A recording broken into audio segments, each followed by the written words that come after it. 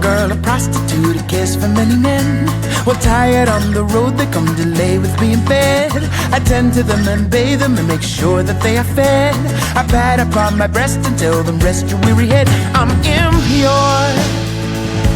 and yes, I am filthy, and I am unclean, and so undeserving.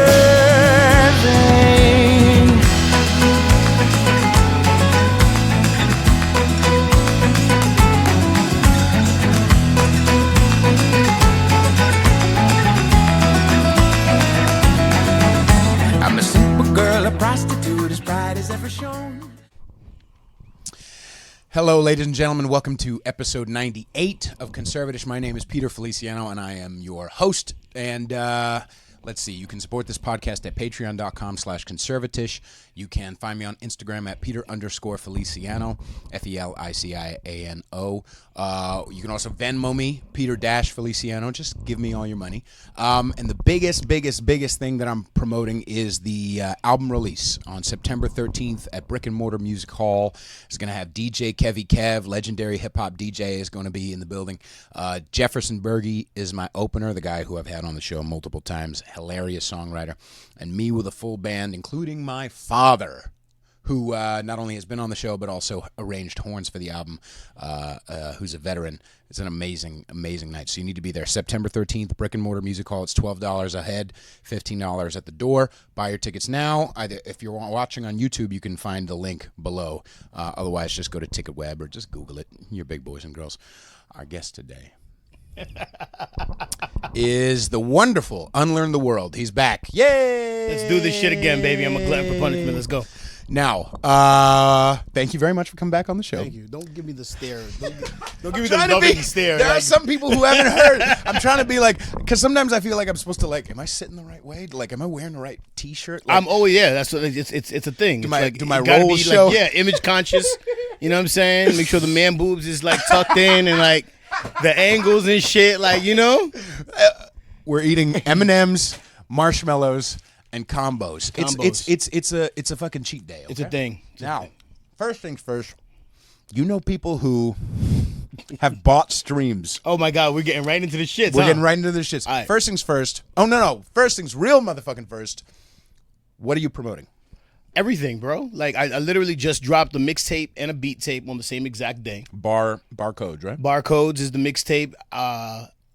Algorithms for Alchemy is the beat tape. So it's my first instrumental hip hop beat tape. So anybody can buy it on Bandcamp and check it out. You can listen to it, just vibe with it in your car, fuck your girlfriend to it, whatever you want to do. Whatever you need to do. You know, or you could just rap to it, but don't put out the music because No. I'm going to have to come to you with an invoice and that's going to be expensive. So Yes, it is.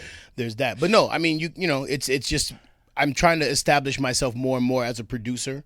So Right. I think having that beat tape and considering like I'm all around beat heads all the time, it's like my offering to the community of beat makers. You know what I'm saying? Like, here we go. I'm with the shits. And then I got the beat tape. So, I mean, I got the mixtape. So it's about bars, you know, lyricism. It's rare, freestyles, unreleased music. It's a bunch of original songs that I know for a fact I cannot ever clear those samples. So I just put them out so you're as just giving promotional. them, okay. Yeah. All right. You know what I'm saying? Wait, Like then you're doing the same thing that other people are not doing. Or you're doing it, you just said if you're using my stuff, prepare to get an invoice. You're doing the same thing. Well, I'm not making money off of it. All right. Right, touche. as opposed to somebody So who wait, takes my okay, beat if from a some beat dude tape. from Illinois took a beat that you did and just put it up on SoundCloud, you wouldn't worry about it? It depends on if it's making traction. You know what I'm saying? Because I mean, to be like full disclosure, I put out songs with unreleased or uncleared samples, right? But I'm just like It's a gray area. I'm across It's a that gray bridge when I area. come to it. Like if somebody wants to come right. at me because I didn't clear the sample with them, that means that my music is getting enough Touche. of a profile Touche. that they Right. want to get money from it. That Right, means I'm right, getting right. enough money from it that they want to, you know. But Touche. I don't think MC Shlomo from fucking.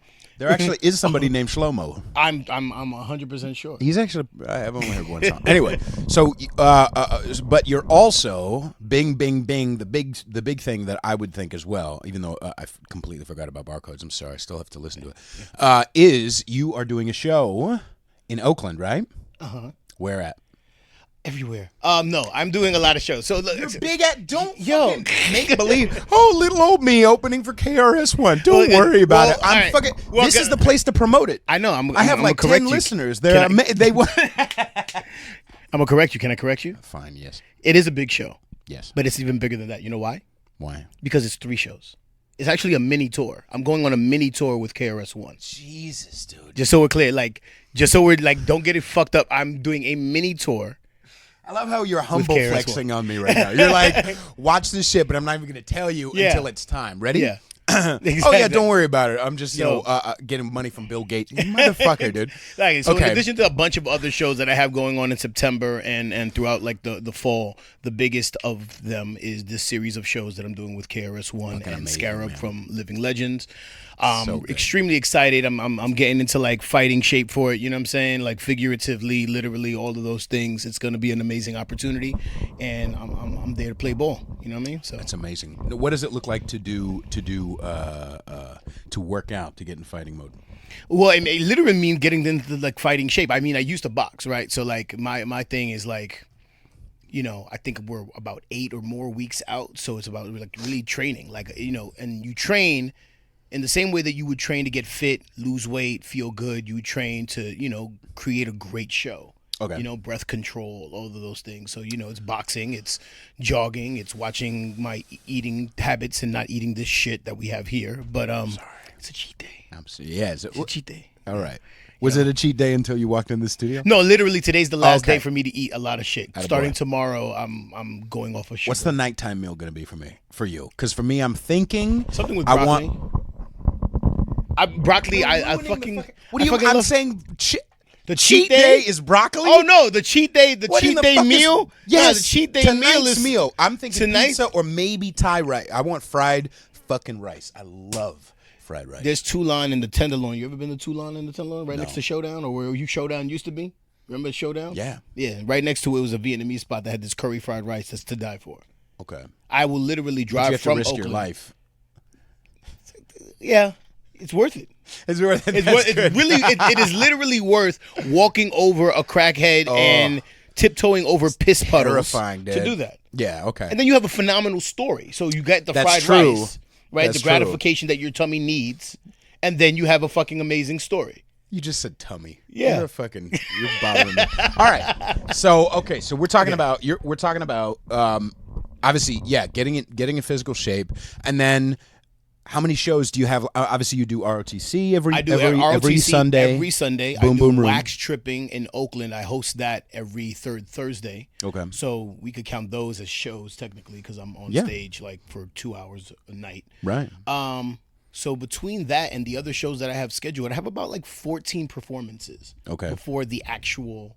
Okay. But at the same time, does freestyling mess with your ability to get psyched up? Meaning, obviously, breath control, blah blah, stage presence, always a good muscle to flex. But what I'm saying is like, when you're getting up there with Scarab and with KRS-One, you're not going to be freestyling really. No, I mean I have original songs. It's not like I'm just a freestyle artist, which I think a lot of people in our little community like misconstrue. Like, yes, I freestyle because I'm about this shit. I'm an MC's MC, right? Right. So I think one of the criteria of being a good MC is that you have to be able to freestyle and think improvisationally, or at least have a rhyme that's pre-written in the tuck for whenever somebody wants to test you. Like, yo, kick a verse. You got some shit to show. So You know what I'm saying? everybody does have at least a small written of some kind, or at Yeah. least something to jump off from. Totally. Okay, all right. Yeah, like so it's that's just- not bad. That's not bad. It depends on who juju. you ask. You know what I'm saying? Like, I think a lot of West Coast MCs are purists in that everything has to be off the top of the dome and freestyle, but their freestyle abilities suck a lot of the time. So sometimes you need that good prompt. You know what I'm Right. saying? It's creative writing. Right. Like, think of a good prompt and then get in there and like craft it afterwards, however you need to. But like that, I'm an MC, so I'm a rapper. I'm a lyricist. I write songs. I make beats. So like, preparing for an opportunity like this, it requires putting together an amazing set list, Right. of songs that I have. Right. Special moments within the performance, whether I'm rocking on somebody else's beat with writtens or freestyles or, you know, whatever the case is the idea of creating an environment where people have a transcendent experience by watching me perform. Right. You know what I'm saying? And all respect due to the legends that I'm going to be opening up for. My goal and objective is to smash the fuck shit away. out of that stage so that they're completely Follow that fucked motherfucker. up. Like holy, Absolutely. like why did we get this guy to fucking open? Like he Beautiful, literally beautiful, sucked the air beautiful. out the room. And I've done that every single time, just so we're clear. Like anytime I've been put as a performer, and in my New York arrogance, a lot of the time I'll be made the opener for people I feel I'm better than. Right, so I have that kind of angst in me. So it's because I feel that I'm better than whoever I'm opening up for. I'm like, all right, I'm gonna show you by creating a phenomenal performance ahead of you that you're gonna have to like do better. You're gonna literally have to like pull, you know, a chick on stage and get a boob out. Some sensationalism is gonna have to go on during your set to lift up the energy better than what I've provided. Right. You're gonna have to get somebody to come on stage and put a cape around you like you're like a James exactly. Brown James fainting. Brown, and like, you know, and then do the whole shit. Like it's gonna be no, let me bend. exactly. Now here's so you said you have 14 show-ish shows. Performances. Yes.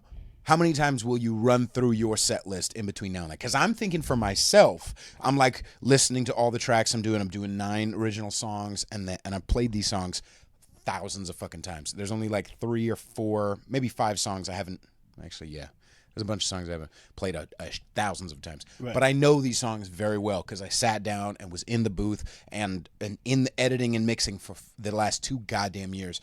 So I know these songs very well. But how many times are you gonna go through?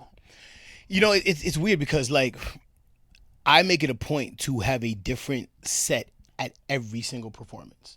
There's artists you're doing because you're doing 3 of them, so you have to have a different. Right, but I'm talking about in general. Like it doesn't matter whether you saw me last week or this week, and Right. I'm in 2 different shows. You're never going to see the same Unlearn the World performance. I curate each set list differently because the audience is different, and I have like 3 or 4 songs that are like audible. So when I go to the venue and I'm looking at the audience, I may pull an audible. There may be a song in my set list that I'm saying, okay, this is gonna go off. But then I look at the audience and it's like a bunch of like hipster younger kids, and I'm like, well, that song about like racial injustice may not be the best song to use. Maybe For hipsters, of course it would be. Well, it depends on the audience. It depends if it's Berkeley or Oakland. Like, you know what I'm saying? And literally that little small square mile distance can change the whole effect. You know what I'm saying? You can't. All right. Here's something. All right, because I know you know you've been on the fucking show before. Yes. This is tangents to death, but you can't. Is it my New Yorkness that doesn't? I don't fucking like that part of town. Like there are pieces of it that are good, depending on the venue, depending on like I like some people who are from the East Bay. I have brothers who are in the East Bay. Fucking can't stand a lot of that fucking area.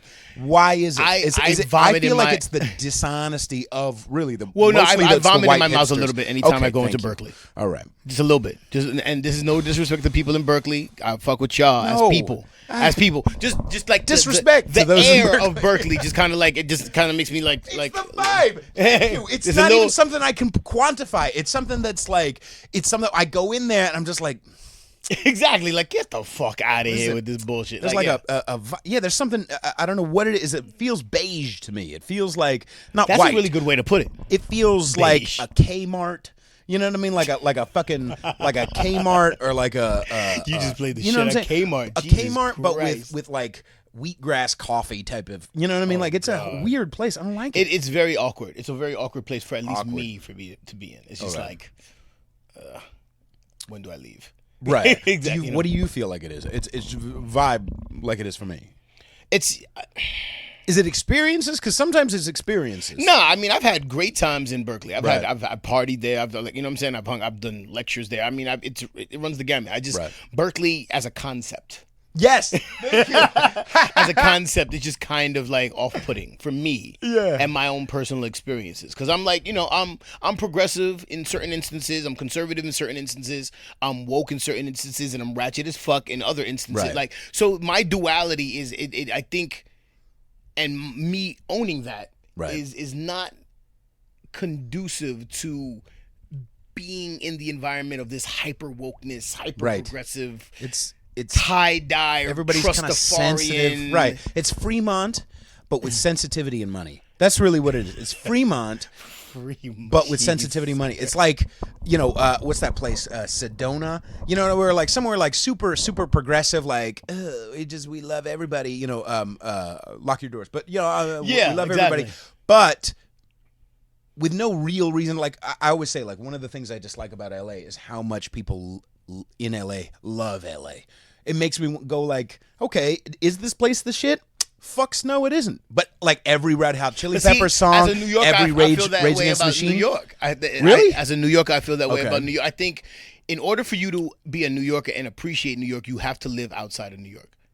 At some point in your life, you have to live outside of New York to really appreciate it. But if you spent your entire life living in New York and you relish Never in your left own the fucking island, misery right. of spending $2,500 for literally a fucking hole-in-the-wall apartment, Right. that there is better out there. There is a better life for you out here somewhere. Right. Like, you know what I'm saying? Like, at least experience that and then come back and be like, okay, I really enjoy this because I've seen the rest of the world. Right. And now I'm back, right? Well, for me, I saw the rest of the world and I was like, no one has to live that way. No one has to be that miserable and relish in your misery because it makes you a New Yorker. It's like... But you just said you appreciate New York as well. I appreciate it because I was able to leave it and then come back. Okay. You know what I'm saying? All right. Like, So okay, if the scene in New York, because I feel like I can feel it. There's a couple of guys out there. Dan Dillinger is a guy who he's a good rapper. He's kind of on the level that and I've chatted with him, and he's out there, but I don't know much else. And maybe that's just because I'm in the bubble of San Francisco hip hop. But I think the hip hop community out here is a little more thriving.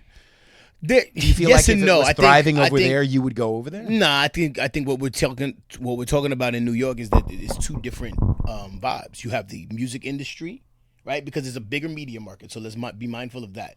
Bigger media market, which means that you have the music industry. So you have rappers who are in the music industry. Right. Even though they may not be like well-known names, they're still nationally known acts. Even though they're not current or relevant currently, whatever the case is, they're still music industry. And then you have the underground, right? You have like legendary ciphers in Union Square, right? That's 14th Street. Every Friday, MCs is coming from all over the city to just cipher, right? None of those dudes is well known with record deals and whatever, but there's a whole swath and a whole different community of like dudes who are like millionaires and like you know what I'm saying, and MCs, and they're still rappers. They still fuck with each other and whatever the case is, but they're just kind of like two different communities that don't necessarily. So what's San Francisco then? San Francisco is like more just underground. We don't have the humongous fanfare and celebrity and that part of the industry. We've never, from my experience, we've never had that. You know what I'm saying? And I think that if we had it, it would change the dynamic. And I actually like the purity of this. I don't like the naivete. It fucking works my nerves. Okay, you know explain. what I'm saying? Well, I think because San Francisco Bay Area is a smaller media market, we don't have access to the music industry in the way that LA does, or New York does, or even Chicago for that matter. Really? You know what I'm saying? And I think because of that, it creates this little insular community where we all support each other, and it's all about that, and that's cool. I think we talked about this last time. You know what I'm saying? That's all well and good, but I also think that not having that experience... not having that experience creates a naivete where you don't know what to do in order to like take it to the next level. You don't know the skill level you have to be at to take it to the next level. You know what I'm saying? It's cool to be a big fish in a small pond, but at a certain point, it's either expand or die. It's either like you move the fuck on and you do the LA thing, do the New York thing, become a national known act, or you just stay here and become a washed up has-been that never was. That's why I'm fucking going. There's a little too much feel you. support here. You know, quote unquote support. Well, it's There's a little support. too It's much, smothering support. It's like smothering to hold you the fuck down. Okay. You know what I'm saying? Like, we're a community. Don't go. Like, you know, Right, it feels like a giant open mic. Yeah, exactly. You know what I mean? It's just like, I don't want to fucking... And at you a know certain what I mean? point, and at a certain point, if you believe in your own skill set and your own ability as an artist, you have respect. I respect everybody I've worked with, everybody who I've interacted with, and all of that. But I would like to think that I can set myself apart from the rest of the community. No, in terms you do. of what my career and what my talent is, right? You know what I'm saying? And this is not to shit on anybody. This is just saying like facts is facts. Like You're you like know. the hip hop Peter Feliciano, is what I always say. Like, Get the fuck out of A here. Star is Born. So what's but okay. So what would be your ultimate goal? My ultimate goal is to continue to do what it is that I'm doing now on a larger scale. I'm scaling up the model, right? I'm what a would the hip hop scaling artist. up look like, though? Yeah, so I'm a hip hop artist. I'm an educator, and I'm an activist, meaning that I use my art to reflect on larger social issues. I create platforms for myself. I create platforms for other artists. Right. It's just to expand that and make that model regional then national. That's the entire concept. You know what I'm saying? I have a podcast too. I do True School, right? I do KPOO 89.5 on fourth Sundays of the What's your month. podcast? It's a True School Radio or True School TV. where can people find TrueSchoolTV.com. TrueSchoolTV.com. You can find it True School TV on YouTube. We do it almost every Friday. We're not as consistent as you. TROO. Yeah, TRUE. Learn how to spell. What the fuck? You're okay. Fuck you. Okay. You're trying to get all How do you hip hoppy spell with school? it. No. How do you spell school? How do you spell school? SKO. Exactly. Don't fucking know. Oh, Pete's not woke. Fuck you. You said goddammit. TROO. What the fuck? You SKOOL. I had to pick a lane, motherfucker. Yeah. All So right. true. Yeah. So True School School with a K, TV.com is a website. It basically is like Netflix for hip hop. All hip hop video content that you could search the web for, we have in one place. Shout out to my man Ren, the vinyl archaeologist. He's my co-host on the show. Every Friday we do interviews. We talk about the culture. We play videos, new music shit. We just kind of just talk about everything. Old school, new school, true school. That's the whole idea of it. You know what I'm saying? So I do that, right? I do the radio hosting. I do the event hosting, right? I'm a MC, so I'm always active in terms of performing all over. I'm an active recording artist, so I'm recording. I'm developing other artists. So Beat making. Yeah, I'm doing beat making. I'm doing artist development. So like I have artists that I'm putting out records with, but then I do the hip hop education work. So I work for Today's Future Sound. I'm education director for Hip Hop for Change, right? And then as of tomorrow, I'm adjunct professor at Holy Names University teaching a hip hop class. You know what I'm saying? So like all of these things is what I do, and it's all these things that I've wanted to do since I was 12 years old. So it's just a matter of now that I'm established, at least locally, doing this stuff and thriving. It's like, what plays do I need to start making, and what relationships do I need to start having to scale up that model and make it larger and make it bigger? Where do I need to go geographically, and who do I need to befriend, or what networks do I need to be involved in, and what profile do I have to raise in order to make this model and this concept larger and sustainable? Right. All You know what I pieces feed each other, obviously, but Yeah. also, I guess that means it wouldn't really matter. You feel like you came out here and it was appropriate. You liked coming out here eventually. I remember you talked on the last episode about the reason why you came out here, but that wasn't necessarily for the scene necessarily. No. But now that you're out here, you're grateful that you're out here versus not family wise alone. Exactly. I'm saying, okay, business wise. Yeah. So what would business wise then? It doesn't really. No part of yours like in your head is like, I gotta go to Atlanta, or I gotta go to Chicago, or I gotta.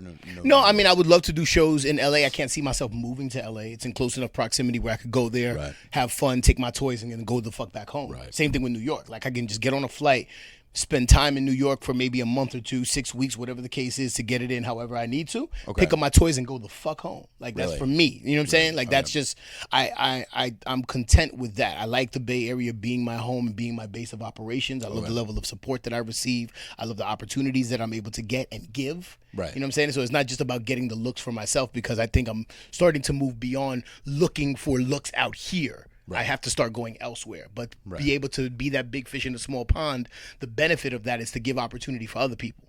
So what made you good? Practice. Oh, as I just hit the shit off the fucking. Oh, sorry, someone's texting me titty pictures. Okay. Fucking practice.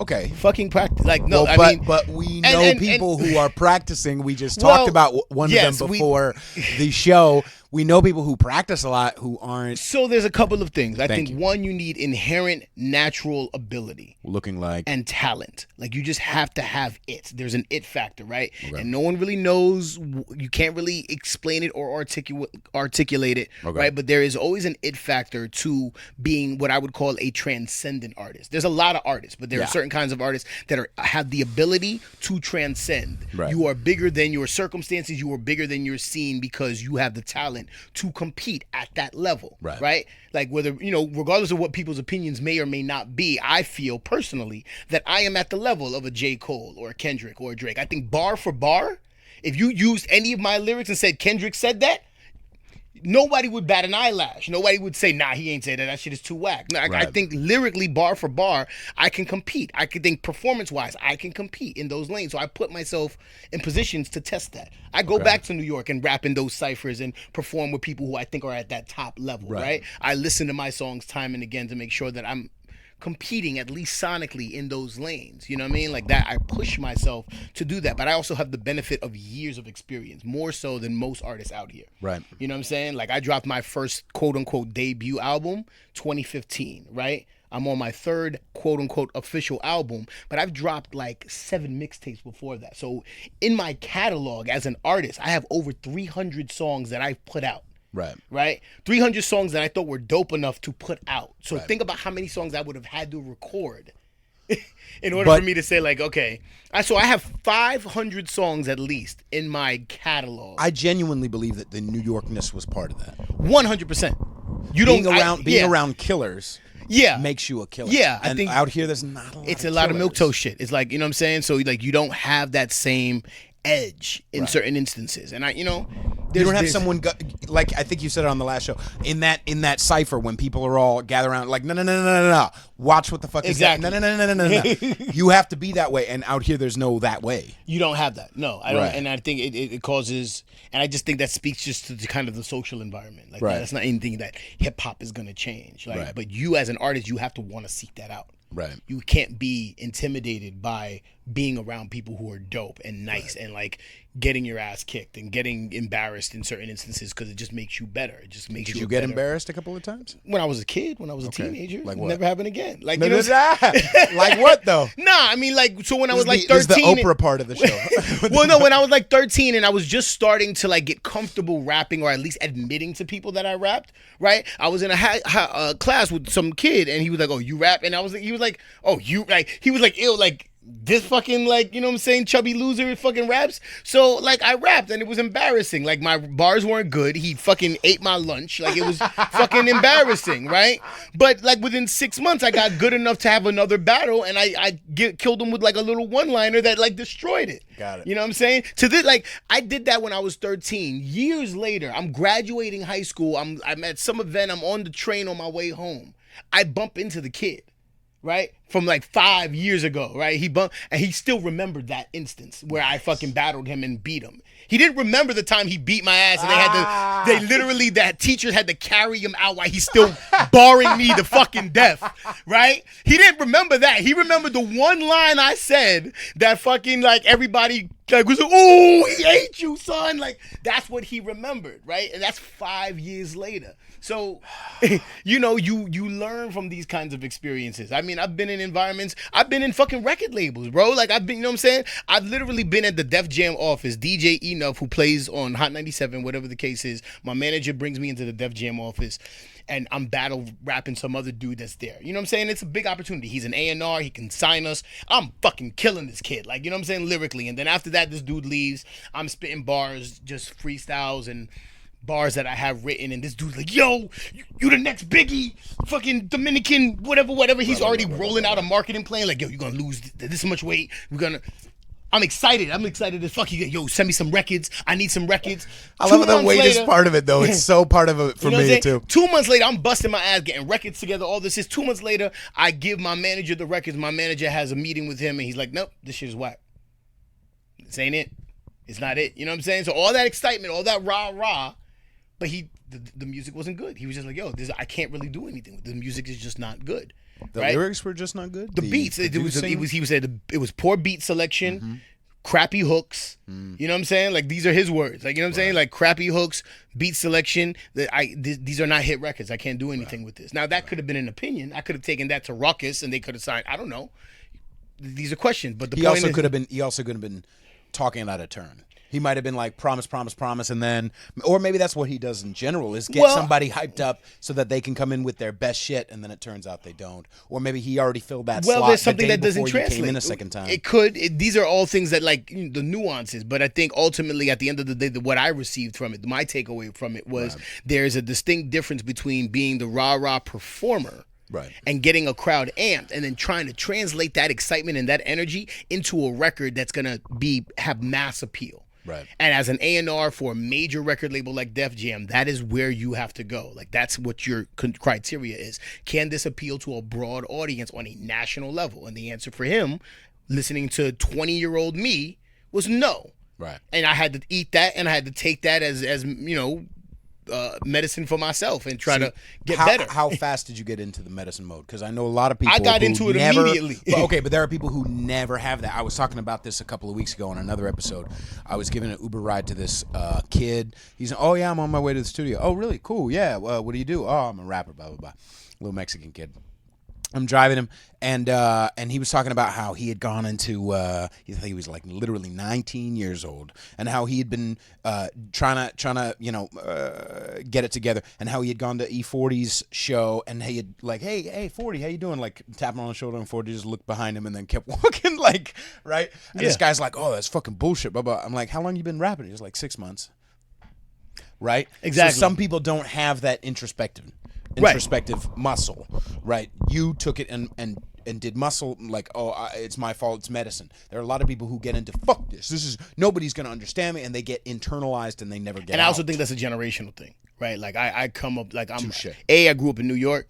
B, I'm older. I'm in my late 30s, right? So like, because of that, like, I grew up in an era where like you weren't getting the fucking participation ribbons, right? Like, you were either dope or you weren't. Right. You know what I'm saying? Like that, and that's it. I think the generation that comes after me is in that participation ribbon world, where it's like, oh, well, you gave it your best shot, and you get applauded and celebrated for giving it your best shot, as opposed to being actually good. Right. You know what I'm saying? And I think that rap is one of the worst examples of everybody these days is a fucking rapper. And there are so many people who just need to be told, like, no, you don't have it. They need more rejection in their life. Do you know how many wine bars I've performed at where nobody would give a fuck? I'm like, I'm making $100, and I'm like, my throat is sore, and I'm like, nobody's tipping, nobody gives a fuck. I'm just doing the same fucking covers. Fuck this shit. Like, I know rejection on a reel in my bones. Like, hey, I would like to take you out. You ugly fuck. Like, I know that. That's the level of rejection that I know. So I feel like it's important for people to have their dreams tested. Totally. But you know what's so weird is, like, especially with hip hop, more so than I think any other genre of music at this point, right? It's DIY. The irony of it is that, you know, artists don't give themselves that push to be good, because there are artists who are currently being celebrated who are trash.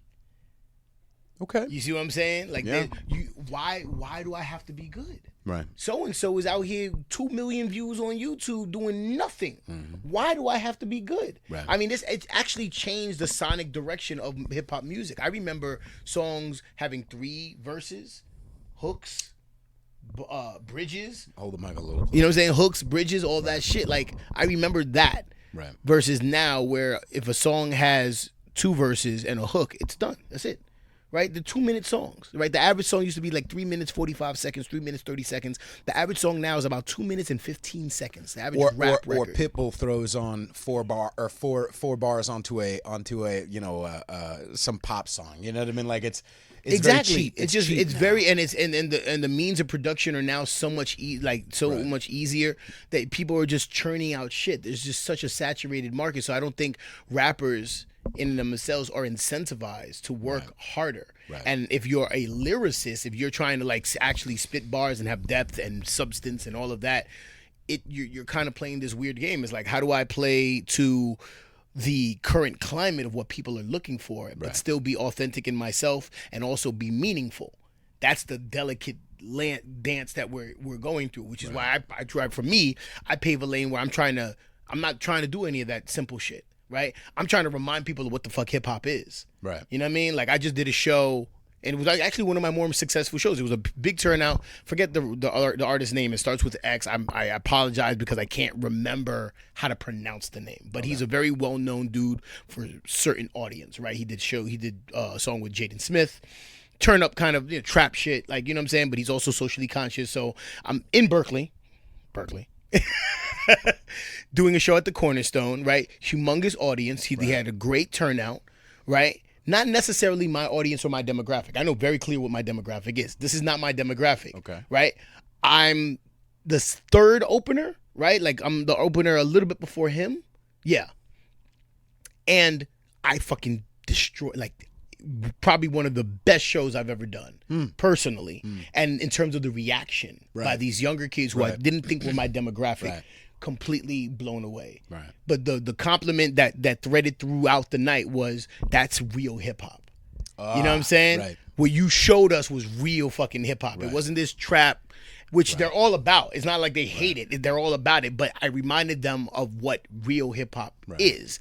And I prefer that. I prefer going into any sort of performance with the idea that I'm going to show these people, whoever they are, old, young, whatever the case is, what real fucking hip hop is, what it is to be in this crowd and to be rocking to a dude who you've never seen before, but be part of this holistic experience that transcends. Like, that's my goal and objective. That, and to embody everybody else who comes after me. But it's hard to play the long game. That's essentially what you and I are doing in very different ways. I'm playing the long game because, especially when I started this podcast, I know I'm not everybody's cup of tea, but I know it's valuable. Right. I know there's value in what I create. So it's like, okay, I'm playing the long game. Like, it's not going to be the reason why Jaden Smith is a bad example. The reason why Lil Yachty or these other artists, Kodak Black, whatever, will shoot up real fast and then they just keep trying to shoot whatever that is, and they're not really gonna. No one gives a fuck. No one gives a fuck. Right. About, like, they may be fun, dance for that. No one cares. Right. The reason why is because it's cheap. So what you're creating is something that's valuable. So it may not be as sugary, but it's substance. It's high end urban art. It's you know what I'm saying? It's like. Have you ever felt like, fuck it, though? Totally. At every I'm point. just gonna make every all right, fucking you know what? What's Extentation's number? Like, I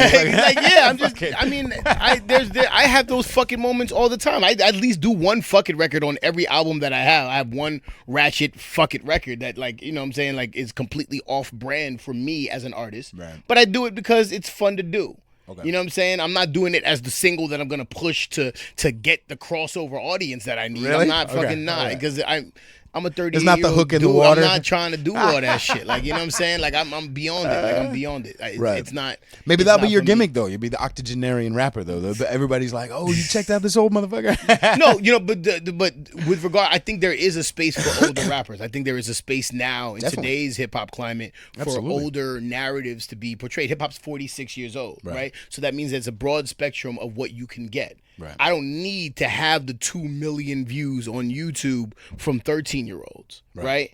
I'd much rather have just a few thousand views from people who really genuinely fuck with me and my message, and have that sustainable over the course of time. And I produce music that sticks to your ribs, or I would like to think that I do music that has that depth, character, and it sticks to your ribs. So I'd much rather do that and do it for a smaller audience that's going to consistently support it than somebody who does a record and it spikes up one year and you're gone the next year and nobody knows who the fuck you are, who cares. You know what I'm saying? Half these rappers now, 3 years, 4 years from now, we're going to be like, whatever happened to so-and-so? Right. You know what I'm saying? But we're still going to be talking about Black Thought like he dropped last year. Right? Black Thought from the Roots, or fucking Method Man, or Wu-Tang. I mean, Wu-Tang's in the game 25 years. They're still touring the world. You know what I'm saying? They're like hip-hop's answer to the Rolling Stones or the Beatles, right? If fucking Phife Dawg was still around, Tribe Called Quest would be doing the same. I think there's a certain age of rappers, a certain brand of rappers that has aged better. Right? I think people can automatically hear when they're listening for it, maybe not, can automatically hear give a fuck. Yeah. It's an intangible something that hits your belly, and you're like, oh, someone gives a fuck. So I don't care what the genre is. I listen to fucking bluegrass and I listen to hip hop. I don't care, metal. When there's give a fuck, when it's something new, and I have to be just fucking honest. And I'm not fucking kissing your ass. You're not one to mince words. I'm not one to mince words. The reality is being in the hip hop game, around the hip hop game like I have, because I've been writing hooks for people for a long fucking time. And going to shows and patiently just bobbing my head to just be supportive.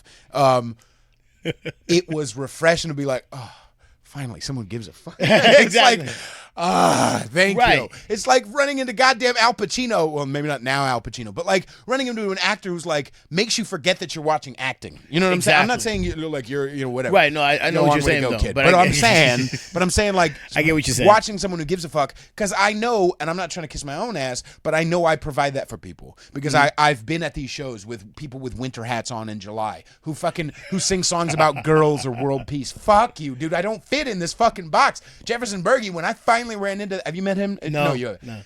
no. He's been on the show a bunch of times. He's going to be at the album release party. He's opening for me. He's fucking hilarious. And he actually gives a fuck about music. And watching that motherfucker was like, wow, it was like finding like your lost twin. And I'm just like hanging on to you because both of us, like, we don't fit in these acoustic bounds that these other people have made. And so it's just like, it feels like the small pond maybe is part of it, but like the wrong pond. That's what it feels like for me in San Francisco. It's not just the small pond. It's like the small and wrong pond. Right. It's just there's no fucking pond here. I'm in a goddamn water fountain. Like I don't know what the fuck is happening. Like I need to be in a goddamn pond, and that's L.A. or New York and fuck L.A. So that's why I'm going. I gotta. And I feel it, but I feel that, and this is not to say that like I mean, I think you're valid in your decision to leave, for what you want to do.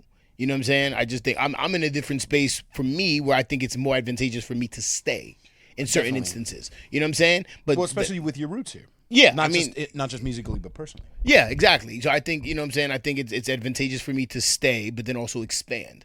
Like I can make this, okay, this is a great base, this is a great foundation. Now, how do we get this message on the road? Right. How do we expand this shit to be international or even national or even regional? Like let's get this shit going where everybody can partake in this shit. Let's hit fucking Seattle. Let's go to fucking LA. Let's go to fucking Phoenix. All the major cities out here. Like really get it popping and get it shaking and get my name known elsewhere besides here. And then come back here with everything that I've learned from having been around nationally. Right. And all the other artists and all the other scenes that I've been exposed to, and then provide something for the community here from a different standpoint. You know what I'm saying? I think when you're too close to it, it doesn't have the same effect as like, let me step back from certain aspects of the community so that I can create a platform for other people who I really think are dope to come on and really do the shit that they need to do. You know what I'm saying? So like that's you know, it's getting into that space of being the elder statesman, kind of, sort of like the young OG, because you know what I'm saying.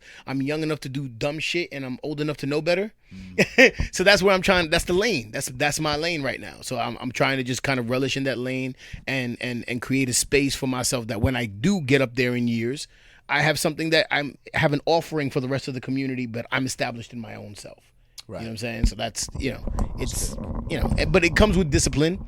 And to answer your original question, like it took me comes with discipline. Years. It took me years to work out. Like most of the artists that we're hearing now on the local scene are maybe 3-4 albums in.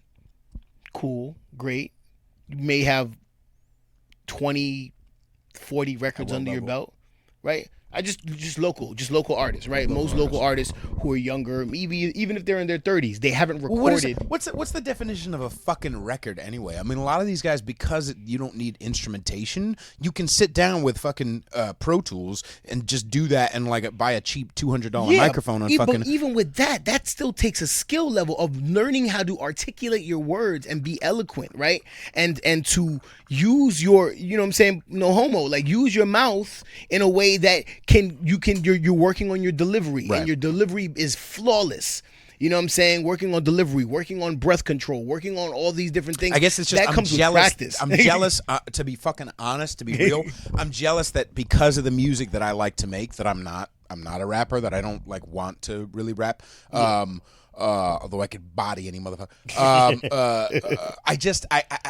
How fucking easy it is to do that. Now, I know I spent thousands of dollars in real fucking time and money and effort and energy. And thank you to my GoFundMe people, but I spent that shit very quick and just ran through thousands of my own goddamn dollars. Bought marshmallows with your money. Exactly. Just so you're clear. No, dude, you know I got like a real producer who does real shit, anyway. I'm just jealous that it's like it took me this long and then hopefully something fucking happens. Whereas with hip hop, okay, don't get me wrong. There's a lot of talent out there, but there's also a lot of people who just do the trap shit and know that they're cheap on purpose and can just create something real quick and just pop it up and like, oh wow, 20,000 views. Go fuck yourself. Like, it's well, I mean, that's what the market is asking for. So I think a lot of people are chasing that lane to get that level of gratification, right? But for you, it wasn't money. It's never been about money. I've been wanting to do this since I was 10 years old. I've been rapping since I was 10 years old.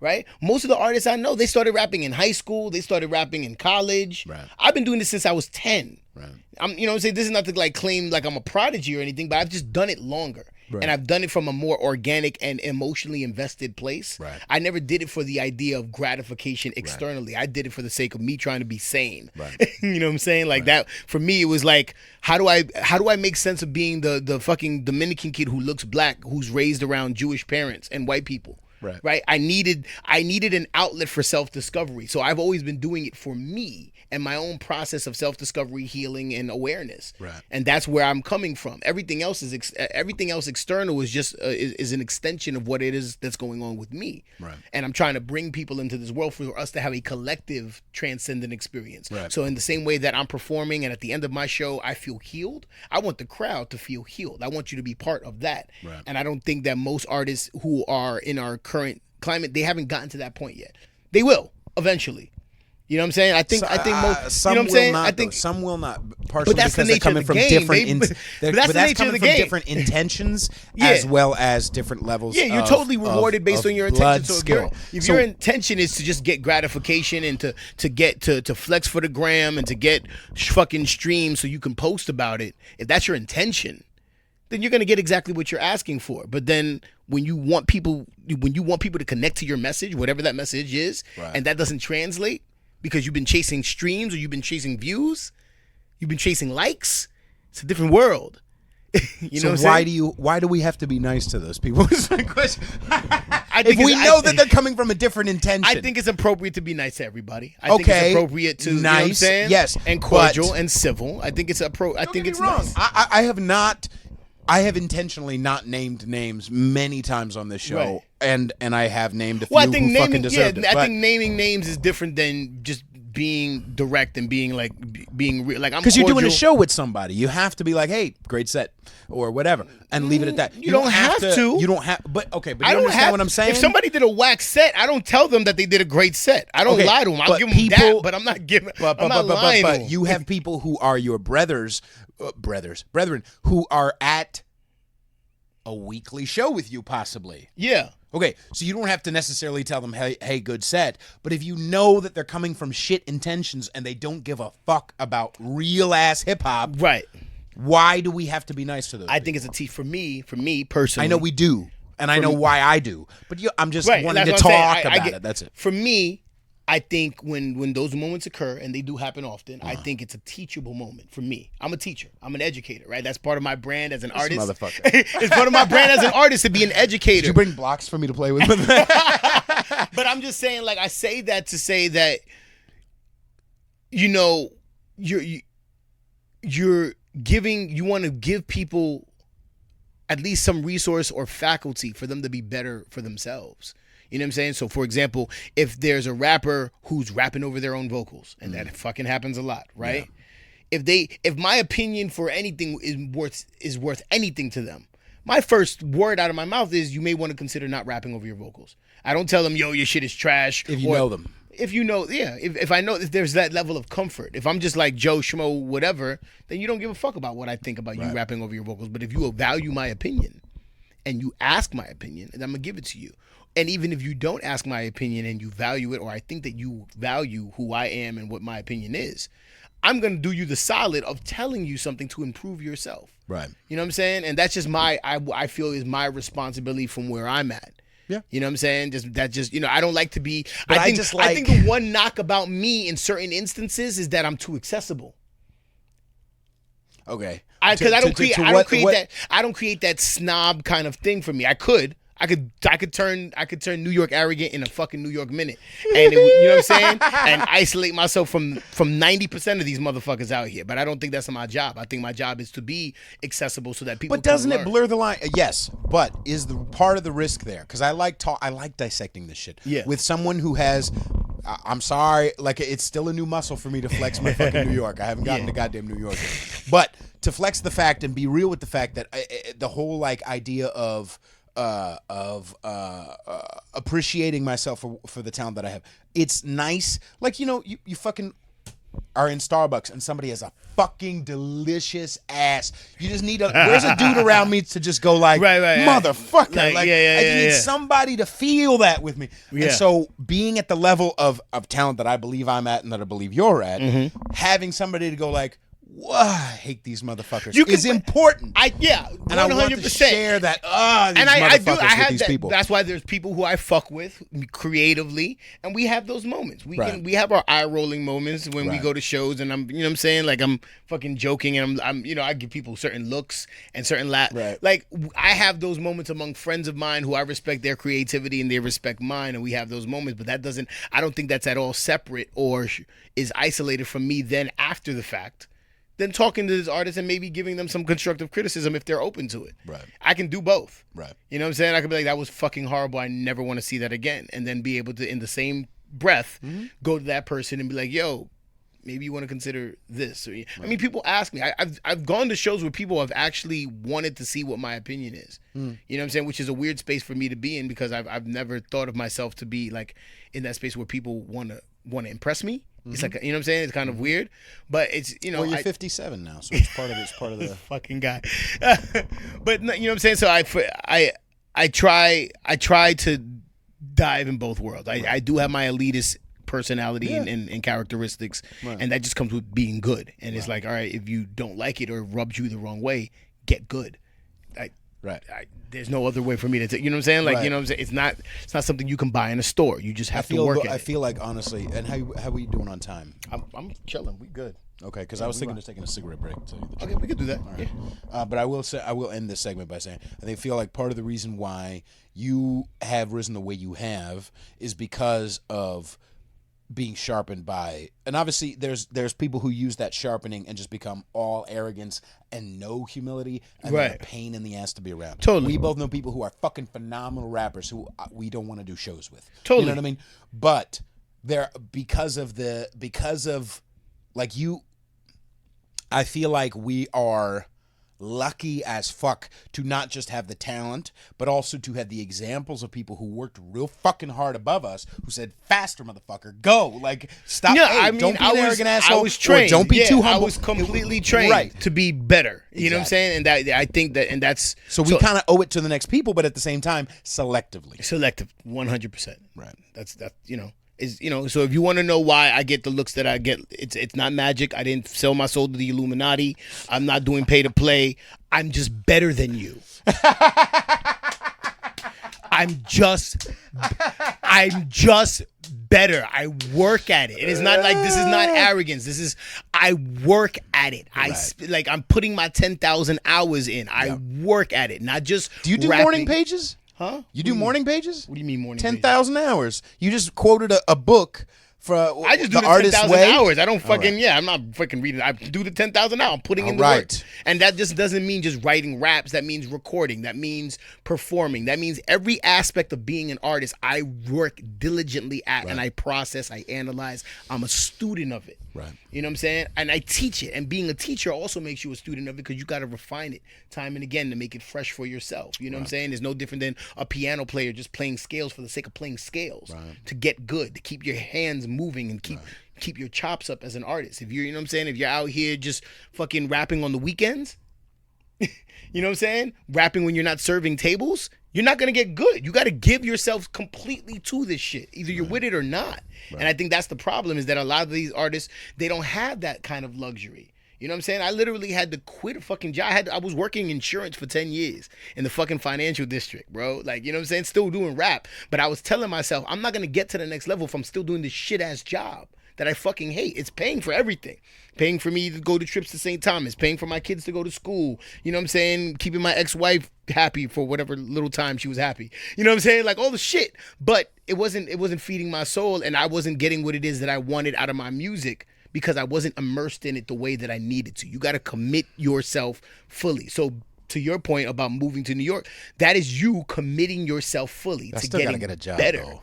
I mean, like Yeah. I'm already barely sleeping over here, so I might as well barely sleep over there. Right, but exactly. With the But amount now- that I but now with the you're in amount a that I different work with the environment. podcast with the right. I know it's already is moving in the right direction. I just don't know what the fuck that's going to look like in a lot of different ways, and who knows what spiritual doors will open up by risking. I understand that I'm going the right direction, But you're betting it on yourself, and that's key. You're betting on yourself and your ability to put yourself in a new environment where you're going to be challenged. Right. And that's perfect. I don't think there's not a lot of people who have that kind of mettle. There's not a lot of people who have that level of confidence in themselves to just completely uproot their life and just say, I'm trying to make it work somewhere else. Right. So, All right, I'm gonna go smoke a cigarette. Yeah. We'll be back.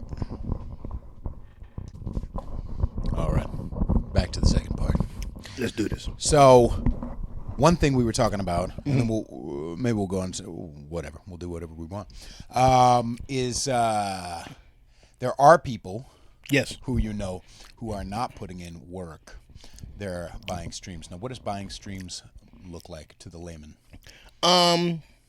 What these artists typically do is they go through a backdoor promotion in quotes team, and they pay them a certain amount of money. They're usually in tiers, $100, $200, whatever the case is. And what this company basically does is their service is that they get your song either on playlists automatically, or they can increase the amount of plays that you receive for a specific song, for a specific album, whatever the case is, really based on your criteria. And you enter all your different criteria, and the same has gone for YouTube. The same has gone for Instagram. You can get more Instagram followers, likes. It's the content game. You know what I'm saying? And the idea and the premise is getting enough eyes on you, or having those numbers, quote unquote numbers, to gain leverage to negotiate bigger opportunities. Right. That's the ultimate idea. That's Because a lot of these companies, they look at how many streams you're getting, how many likes you're getting, how many people follow you, et cetera, et cetera. Exactly. So the problem is, unbeknownst to many of the people playing this game, is that you're not actually getting any real people streaming your music. Mm-hmm. There's these things called streaming farms, where the people who are taking your money basically have a room full of phones, and they just play your music to an empty room full of phones. Right.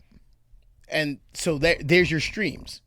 It's like Russian collusion, just It's fucking literally that. You know what I'm saying? It's like the Some dude in Nigerian India. prince that Right. has a fucking new business model. Right. Right. And it's like so. And this is not to say that all internet or streaming promotional services do this, but the gross majority of them do. Okay.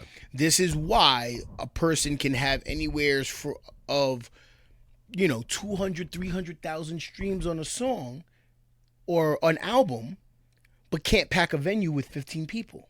Right. You see what I'm saying? Like, something's not translating, and I'm the first to admit, like, my Spotify monthly listeners actually has gone down. Like, it at one point I had 15,000. Right. That's because my first album, my debut album, had one song that went semi-viral. And when this is early Spotify, so like I started getting like all these followers or monthly listeners, whatever the case is. That album went off the shelves, proverbially, on the internet. I never put it back out on iTunes or Spotify or any of that shit. So now, like, on average, my monthly listeners are like maybe 150 on a good month. Right. I think last time I checked it was like 86. Right. But I still get these really great opportunities to perform, and I still get these really great opportunities to get paid for my art, to do all these different things. I'm getting all these looks. It has nothing to do with my streams. You know what I'm saying? So that How did you get hooked up with the Scarab then? And it's again playing the long game. It's showing up at every performance. So in this particular instance, I was booked for that Cornerstone show in Berkeley that I was telling you about. Right? Didn't complain about money. Didn't ask about money. I mean, I got paid. You were fun to work with. You were fun. To work with. You were somebody had seen me at another show, or they knew who I was, and they just booked me for this show. Mm-hmm.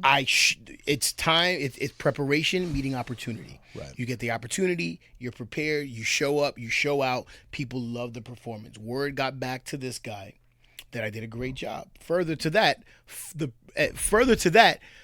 I did another big show following that.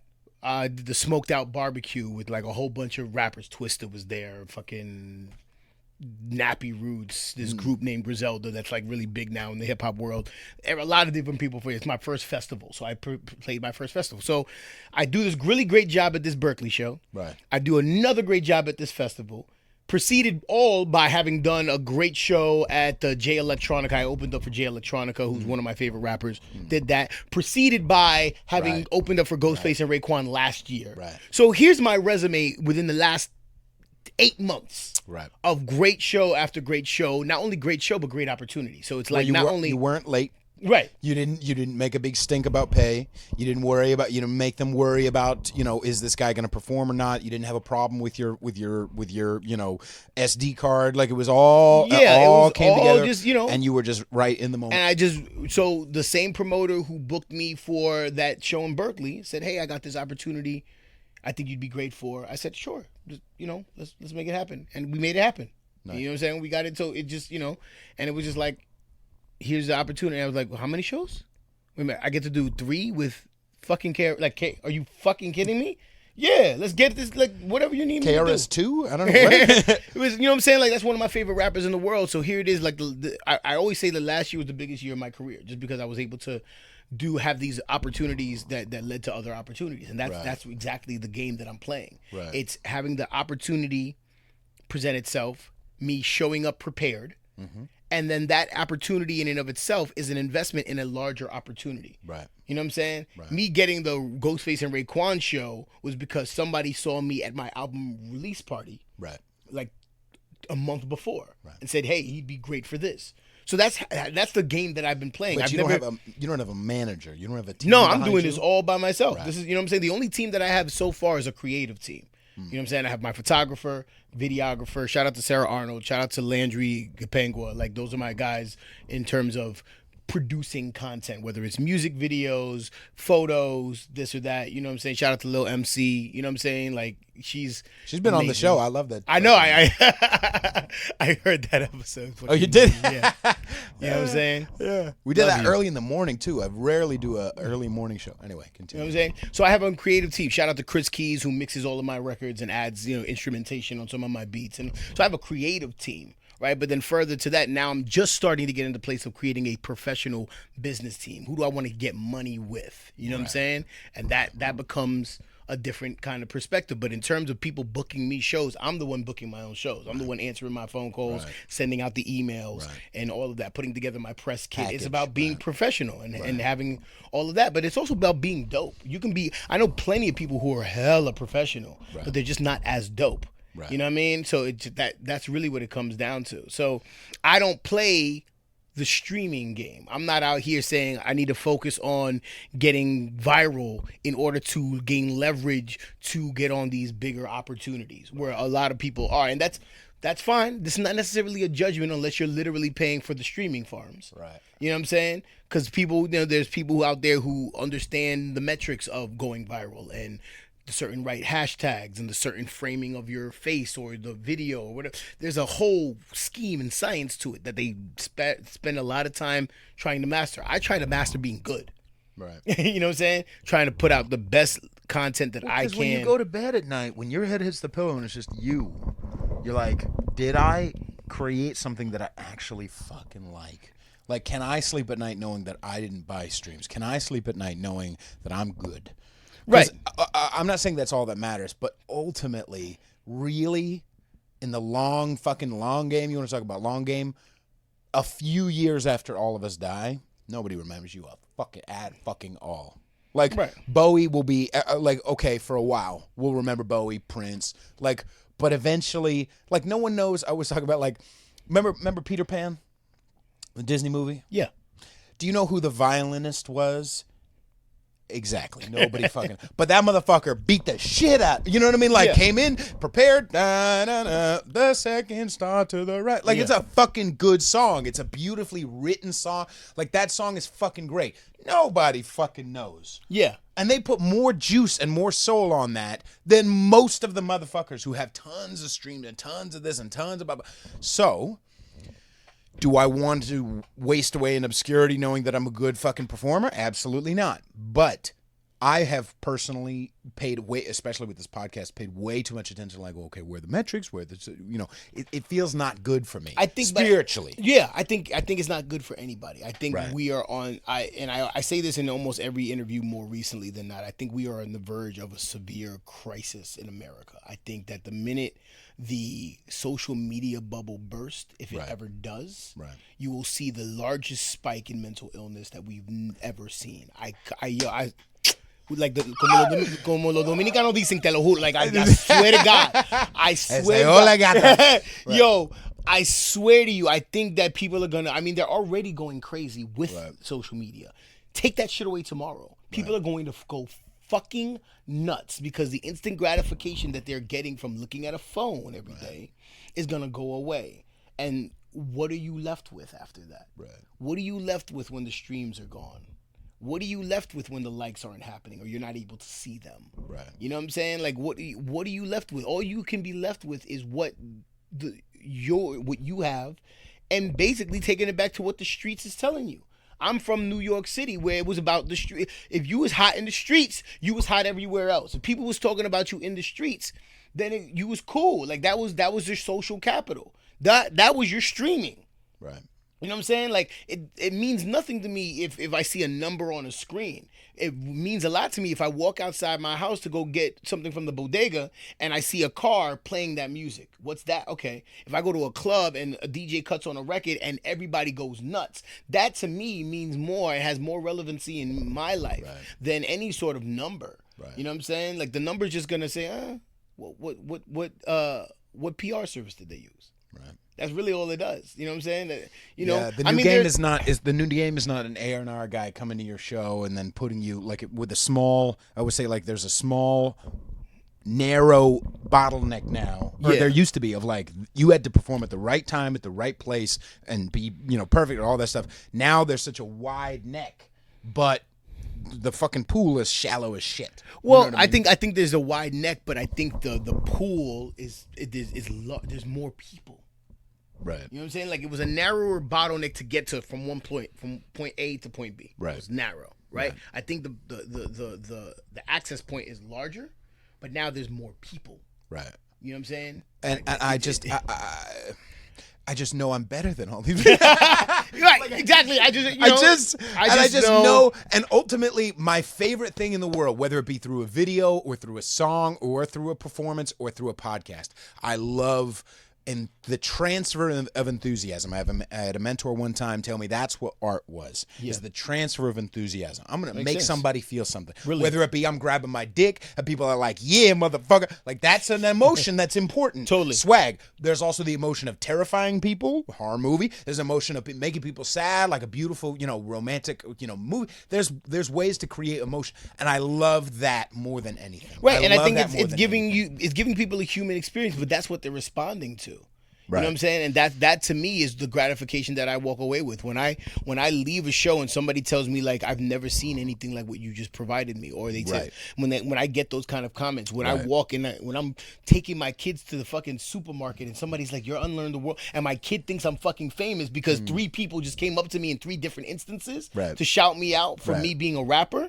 That to me means more than any level of streams or whatever the case is. And this is not like me kind of like downplaying the streams. I would love to be viral. I would love to be a viral sensation or whatever the case is. I would love to get more listens. Share this podcast with your friends. You know what I'm saying? I would love to get more streams than I currently get, but I think that my access point in order to do that is really ground level, grassroots fan base. Getting a fan base that really truly fucks with you. So when I'm able to mobilize, or I need to mobilize them, if I need 50 people to show up at a show, they fucking show up. You know what I'm saying? I don't give a fuck how many streams I have if I can't pack an audience. The fuck does it mean? You know what I'm saying? It doesn't mean anything. You know what I'm saying? If nobody's calling me from another state saying, hey, we want to book you, and we want to fly you out, and we want to pay, like, if no one's doing that for me, then what does it all fucking mean? You know what I'm saying? Just to get more gas money when I get a fucking royalty check? Like, the fuck out of here. Like, how often, what do you say is the percentage of times where you're able to receive the compliment after a show, or sometimes not? I've never not received a compliment after a show. But like, let it hit your belly. Because I'll tell It you, has I'll to tell be- you the yeah. fucking truth. Maybe this is just my neuroses. It's not yours. But sometimes I'm like one time I was after a show and I was like, I literally prayed before. I was like, all right, just let me fucking experience what these people, and people just grabbing on me and just like, you were and I literally almost cried with like, wow, okay, just don't be like, oh, little old me, and don't be like, yeah, no. Like, don't be either one of those. But sometimes people will say thank you, and I'm like, yeah, no, thank you, because I've heard it before, and I'm packing my shit up, and I'm like, so often, and it's gotten better over the years, but often it's hard for me to be in the present moment with somebody and let them, like, not just to receive take the it, compliment. take the fucking to No, receive the emotion that they're trying to Yeah, give you. no, I'm always I go out of my way to be as gracious as possible. Right. Like, you know what I'm saying? I think I'm very good at understanding social dynamics, so I know the exact point where I need to cut them off and just say thank you and move the fuck on before they're stage 4 clinger. Like, you know what I'm saying? Like, I don't need that Unless they have a vagina. Anyway, but then I'm cool. Like, you know, CONSERVATISH podcast at gmail.com. Not every vagina's a good vagina. Yes, You it know is. what I'm saying? It's sometimes the juice ain't worth the squeeze, baby. So, but We're gonna talk about Fiona Apple. fucking Fiona Apple. So, what was I saying? You know when to cut it off. Yeah, I know when to cut it off. Like, I know exactly, like, the point to say, thank you very much. I'm glad you appreciated the show. Please share it, whatever. And then move on. You know what I'm saying? And then, but I also take time for myself to really, like, feel the gratification that I'm looking for. And to get that level of love and to feel that love for myself and to know that I did a good job and to pat myself on the back, but then allow others to do that for me. Right. You know what I'm saying? I know those moments. I'm very courteous or aware of. Was there times where you weren't? No, because I think I suffer from. I wouldn't even go as far as to say I suffer from a hyper awareness in a positive direction, right? I think there's people who are self-conscious, and there's hyper ego where you're too egotistical, and there's hypo ego where you don't think you're good enough, Right. You know what I'm saying? I think I'm in a really great space. I think that I'm aware enough of myself, that I know that I'm good, and I think that I use my stage performance as the means to validate that. So it's just like, all right, I know that I'm good. Like, if the world, if I woke up in a fucking Vanilla Sky Tom Cruise dream and nobody else was around and I'm fucking running the streets of Times Square and it's empty, with that I still know I'm good. You know what I'm saying? It helps to have other people echo that sentiment. Right. You know what I'm saying? That's actually the cathartic moment that I experience. That's the moment that makes me swell up with pride and get emotional. Is that like people see me the way that I see myself. Right. You know what I'm saying? I think every artist wants that. We want people to see us the way we see ourselves, right? And everything that we've experienced to make us the human beings that we are. And if we, you know what I'm saying? And to feel beautiful in those spaces, and for somebody to see that and recognize it and say, you're great, you're phenomenal, thank you. Here's my number. You know what I mean? Just like, all of that shit. I just, I'm appreciative of everybody who comes up to me and shows me love, and I thank them. You know what I mean? And I know when to cut it off, and hopefully you know when you need to cut it off. When they, you know what I'm saying? Have you had clingers? I mean, I don't really get that very much. I mean, sometimes people are just socially awkward. They don't know any better, and they just like they're like, thank you, but. No, you get people who are they don't know when they need to stop, and it's just too much. I'm just too polite to tell them. Well, I think they want to hang out. Like, they, okay, you know what I'm is saying? it like, other rappers? Is it like little it's always open micers? It's always. I mean, it's not necessarily always rappers. It's just people who want to hang out. They want to ask you questions, and like, you're in a busy moment, right? Like, your world's spinning. There's 1,000 people coming at you. Sometimes you just want to go backstage and just decompress for a bit. You're fucking sweaty. You know what I'm saying? Like, all the shit. And I don't think there's certain people who just don't read that and recognize, like, oh, he needs a moment. Right. You know what I'm saying? As a performer, I know when to approach somebody, when not to. Right. But I think, people just their enthusiasm gets the best of them. Right. They become like a zealot in that moment. They just want, and they don't know if they're gonna ever see you again in that context. So they're trying to take full advantage of that. And I understand that. That's why I try to be gracious. But at a certain point, you just gotta know when to cut it off. And you know what I'm saying? And I've never been disrespected yet. and I've never been disrespectful or disagreeable to somebody. I try not to be. You know what I'm saying? But I could see at the level. Remember that kid I was talking about who talked to E40 or tried to talk to E40? I can understand why somebody at that level who's had the experiences that he has could be like, oh, good. Another rapper who's been in the game fucking 4 months wants to like give me his goddamn. No, I don't want your fucking mixtape. Like, you know what I mean? Like I can understand. Yeah, but I see. I'm not at that level I where don't everybody's blame trying to E40 shoot for their that, shot. though. Yeah, I don't. I'm not at that level where people want to shoot their shot and spit verses to me.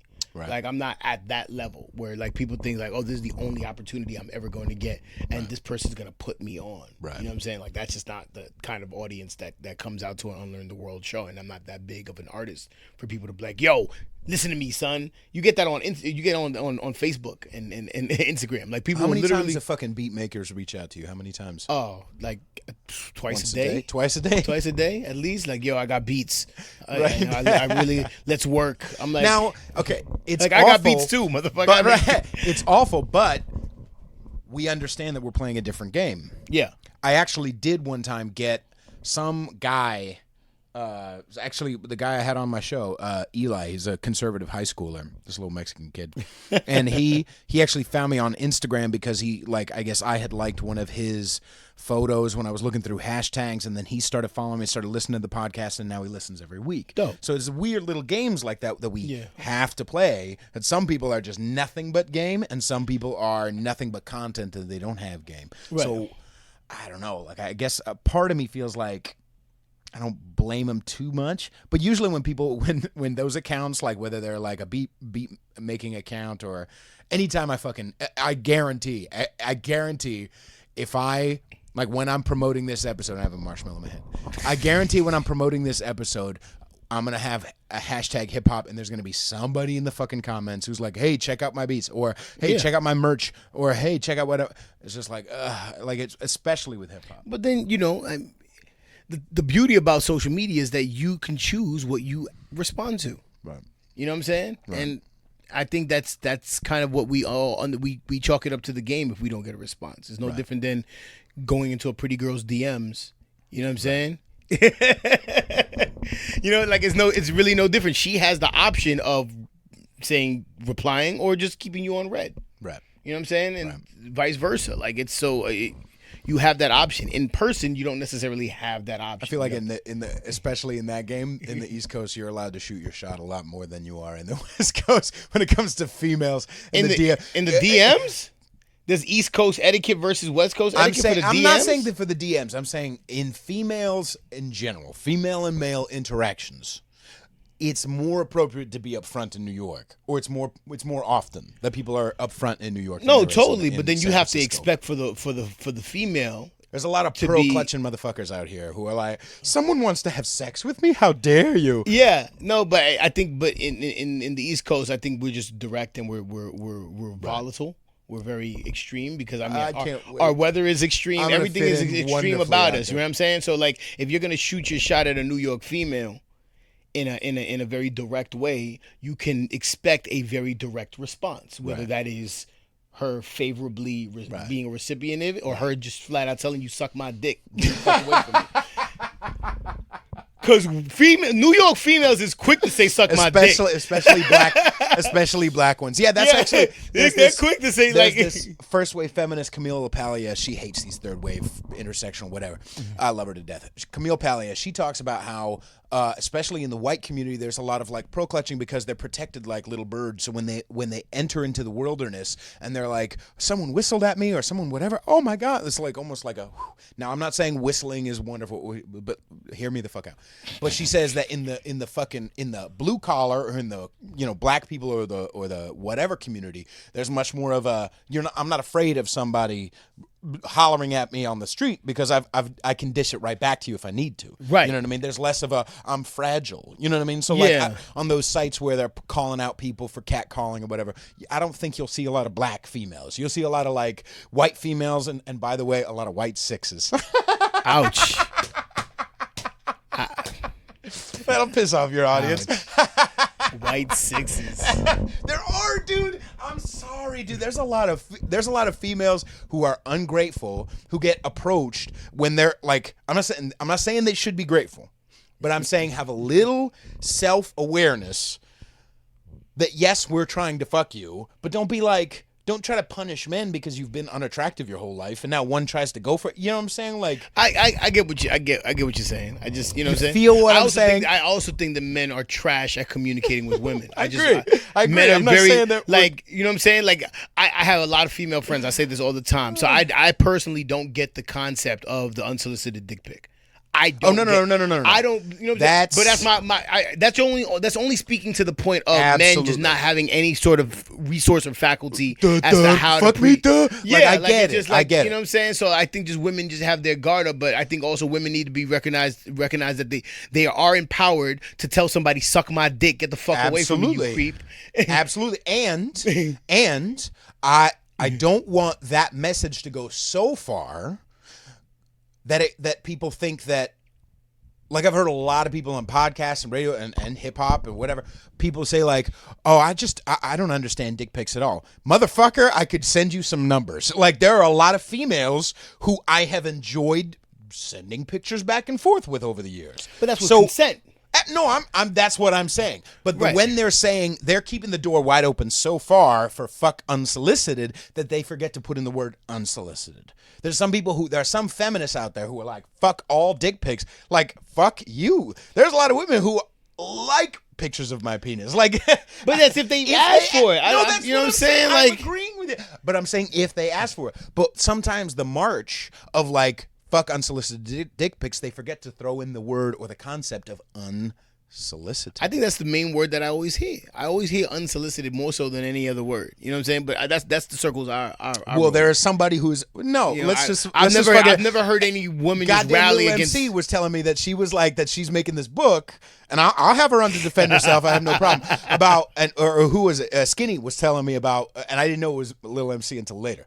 But she was talking about how like they're getting this book together of like of dick pics book. or whatever. The poppycock book. Now, if it's unsolicited, fuck those boys. But if it's not, like, don't act like no girl likes to see a penis. Go fuck yourself. Like, I've had the good girl on the show many times. She is disgusting, and I love her with all my heart. That's her official name, the good girl. That's her fucking. She stays anonymous on the show. She's a fucking good girl. Okay, let's just say she's a fucking good girl. We talk about all kinds of nasty shit because she stays anonymous. She can be absolutely upfront and honest. Right. She likes giving head. Okay. She likes what she fucking likes. And too often in the game when it comes to feminism, we forget that nature is nature. True. Okay? I understand unsolicited. I'm not defending that. That's dudes being fucking assholes. What I am saying is to go so far and say that any dick pic is just, why would you even ever have a to go so far? Like, I think do you if there's understand what an I'm saying? exchange of, I think if there's an exchange of body parts, I'm not one to just volunteer. I've had chicks ask me for dick pics, and I'm like, no, you're bugging. I'm just not. Why? For what? I don't even like the concept of some woman having my dick in their phone. I really don't even like. A great gift to her. Don't you understand? I can give it to her in person. Right, but you know what I'm saying? Like, I don't even need. I like. You know what I like about a girl asking for a dick pic or getting is that. Again, it's the transfer of emotion. It's art. is your position that a dick pic is art? I mean, I'm not one asking for them joints, so I don't really. I'm not really. You know what I mean? What I'm saying is, what you're doing when you're flirting with somebody through text is you're creating this world. You're creating this back and forth. You're creating this flirty, this and that, and then when it finally crosses the line and you start getting hot and heavy, and she wants to see some shit, sure, maybe not right away. Oh, fucking, we'll see if you're good. But I am saying, if you're good, absolutely, dude. I'm sorry. I'm not just the most fucking talented podcaster, musician in the goddamn world. I'm also. I got a nice fucking dick. But what I'm saying is, on that back and forth, let's just be honest about what it is. You may not relate to it, but let's be honest about what it is. And I don't like that on the activism angles, people leave that door wide open so far that they're just, the honesty thing leaves. The honest to the animal that we are leaves sometimes. Yeah, no, Am I explaining myself well? Because I might not. You 100% are. I just don't get the concept of dick. I don't really understand how dudes is out here taking pictures of their cock and sending it to female. I just really don't. Whether it's solicited or not. I'm not. Who am I not, to whatever restrict? Whatever you like, baby. If y'all out there liking it. We talk about dick pics. This guy gets flustered. He gets all flustered. Hilarious. God damn it. You see what you did? Good, yo. Man, it's too many combos. You good? I just fell on my ass. All right. Yeah. That is awesome. Yeah. No, I mean, I if y'all like it out there, that's your business. You know what I'm saying? I'm And not it's here to mine. judge. I love you girls. Conservatish podcast. You can send me your titties. Conservatish podcast at gmail.com. But I'm just saying, like, I guess my bigger fight is just for the honesty, the self-honesty when it comes to the animals Right. that we are. I mean, yeah, because I'm not. Because that same thing applies to the whole approaching women, shooting your shot conversation. You know what I mean? About sometimes a girl will be, you know, if you're on a train or whatever, or you see, you know, kind of, you think you might be making flirty eyes with a girl, you're not sure, and you just go, hey, you start up a conversation, but whatever. Sometimes feminists, or some feminists, not all, but some feminists will go like, oh, that's the pearl clutching, right? But if I look like Brad fucking Pitt, they're a little bit more receptive to it. Is that what you're saying? yeah. Unwanted, we don't know it's unwanted until we try. Now, there are appropriate settings and there are appropriate ways. Of course. Dick pics, not unsolicited, dick pics, not fucking appropriate. But hey, how's it, you know, like approaching somebody on the street or in the, you know, that's not fucking creepy. Yeah. You know what I mean? To like, hey, you're very beautiful, blah blah blah. Let's start talking. That's not creepy. I hate that it's like a creepy thing. Now, guys can and do get creepy on that angle. I just think that there's dudes out there that are fucking it up for any other dude. Yes. I think that's totally. I think we have to deal with and take accountability on one level or another. Sure. That toxic masculinity is a very real thing that has poisoned the well for a lot of women. I agree. I wouldn't even call it. I know that's the appropriate word for it, or that's a word for it. I feel like dudes who are toxically masculine are not masculine at all. The real ass masculinity accepts rejection and sucks it the fuck up. Like real ass masculinity doesn't you know, drug somebody. I don't think that's you know what I mean? I don't think that the trait or the popular trait of toxic masculinity is the way men are responding to rejection. I think the issue that people are taking with toxic masculinity is the sense of entitlement. Not the fact that they're rejected and they react to the rejection. Just the mere fact that you would send an unsolicited, whatever the thinking is that would cause you to send an unsolicited dick pic. But that's not masculinity at all. Right, but that's to come out of or to come out of your face and just say like some off-colored thing as a means to gain attention. Yeah, like I just think like I think there are too many men out there doing that that poisons the well, you know, for a person like me or yourself to actually have a conversation with the woman and then for her to feel like I don't really want to talk to him because I've literally just had like 5 dudes try to hit on me. Right. You know what I'm saying? Like that it depends on the time of day. It really depends on what time of day you're catching the person that you're trying to talk to. Right. You know what I'm saying? And how many assholes has she had to deal with today before she got to you? Right. You know what I'm saying? And that and what I'm about to say does not absolve us of our accountability. Right. But I also know in that same conversation that there are a lot of very entitled women. That entitlement and immaturity comes in all shapes and sizes. I think there are just as many entitled women as there are men. I'm not saying it absolves us of taking accountability. There are for a certain level of toxic women as there are toxic men. You know what I'm saying? It really depends on who you come across. You know what I'm saying? And just the weird shit that's fucking out there. I think we're all dealing with. I think all of these things that we're discussing right now are symptoms of our toxic humanity. Yep. You know what I'm saying? In the bigger picture, in the grander scheme of things. You know what I mean? Like I've had this conversation with a lot of different people. I think that a lot of my hurt that has ever come from any woman is the result or is the consequence or the symptom of their hurt by another man. Okay. You know what I'm saying? Like you know what I'm saying? So I blame men for women hurting me. That's me personally. Right. You know what I'm saying? Because I just think that a lot of the shit in my life wouldn't have happened had other things in their previous relationships with men or their fathers or a lot of different things didn't happen. Right. You know what I'm saying? In certain instances, not every Sure. instance. You know what I'm saying? Sure. Sometimes you're just a bitch. I'm just Yeah. You know what I'm saying? You know what I'm saying? I've had 2 women on the show who know women who have lied about being raped. Like That's crazy. that's yeah, a, that's just, you know what I'm saying? there's a reality to both sides have benefits and both sides have fallbacks. I wouldn't want to be a woman, all right? But I know some women who wouldn't want to be a fucking man.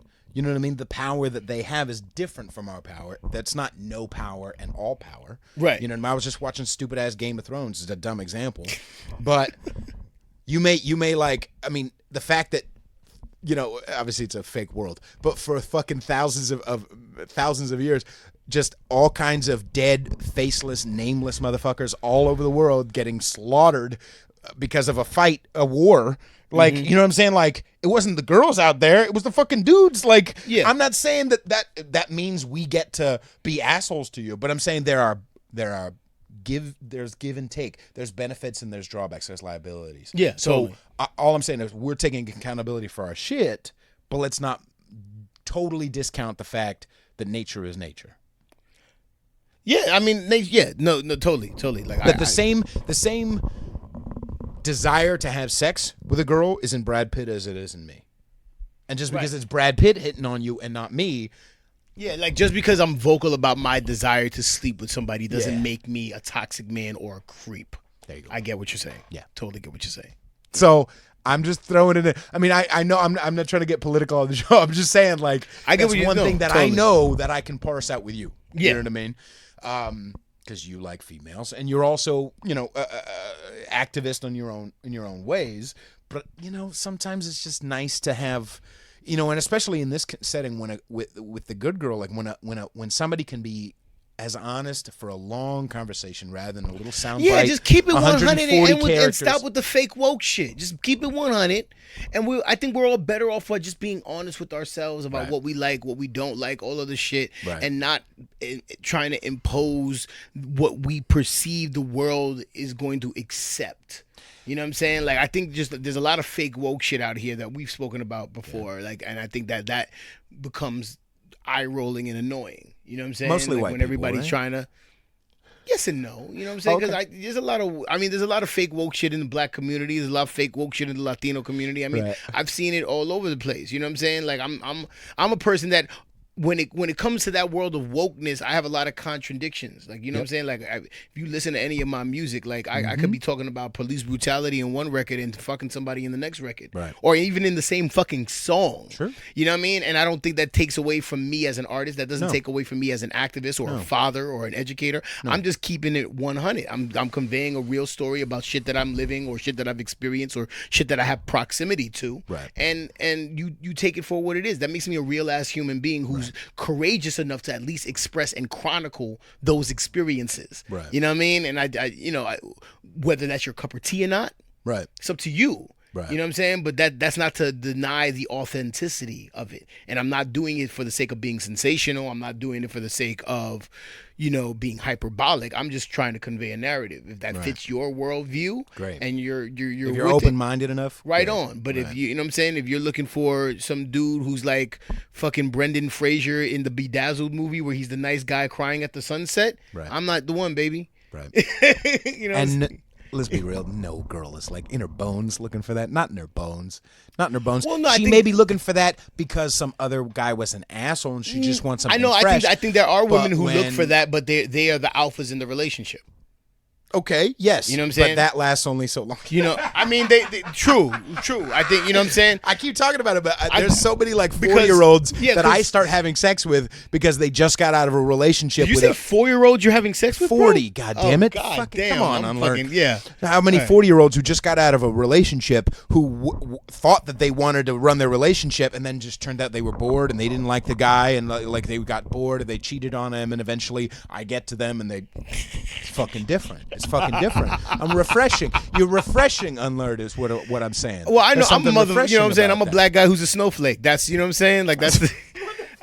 I'm a fucking unique snowflake. There's no two snowflakes that are alike. I'm a unique human being, and I Right. own that.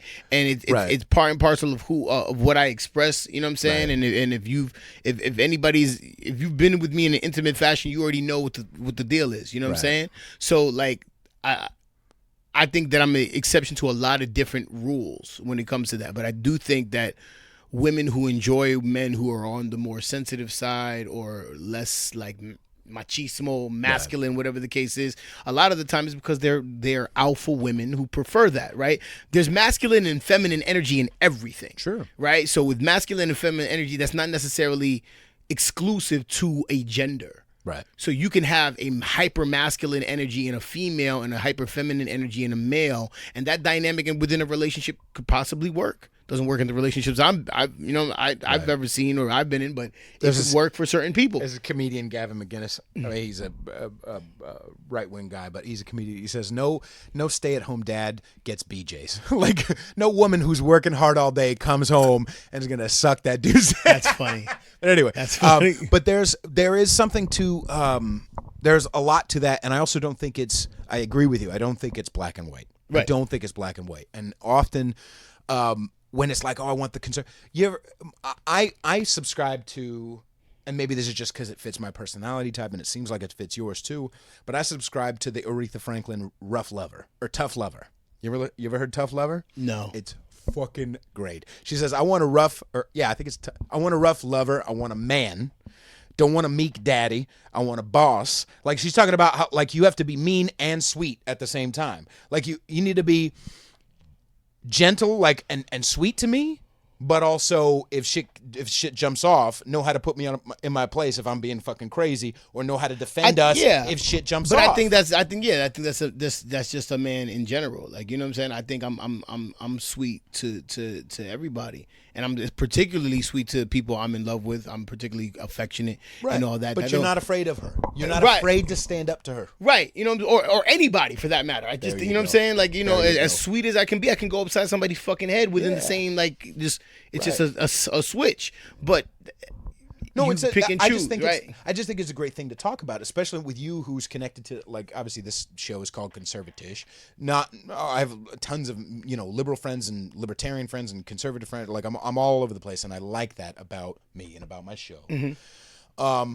And I think it's an important thing that some people may not relate to, but there are a lot who do, and it doesn't often become a part of the conversation. I had this ex-girlfriend who's very liberal. She's a fucking great person. She's a musician. She sent me something one day. We had already stopped dating, but we were good friends at the time. She sent me, she wrote down this list: who I'm most attracted to, who I'm about, and who I'm least attracted to. On the top was men who have the capability of murder, who treat me like a princess. Like men who can like fuck some shit up, but treat me sweet. In the middle, guys who treat me, who are assholes and are kind of weak. And on the bottom are nice guys who are also weak. And then she wrote in parentheses, wet noodle. So like white, not white. Oh, shit. But like nice is different than sweet. You know what I'm saying? I'm just saying it's a conversation that with dudes, I could appreciate that. Yeah. And with females who understand themselves, especially females who have had sons, there's a switch that happens. Like when a girl has a son, she's a lot less afraid of masculinity. There's something that's because she has to raise a man. Right. You know what I'm saying? I think most men that I know were raised by their mothers. You know what I'm saying? Like I was raised by I had two moms.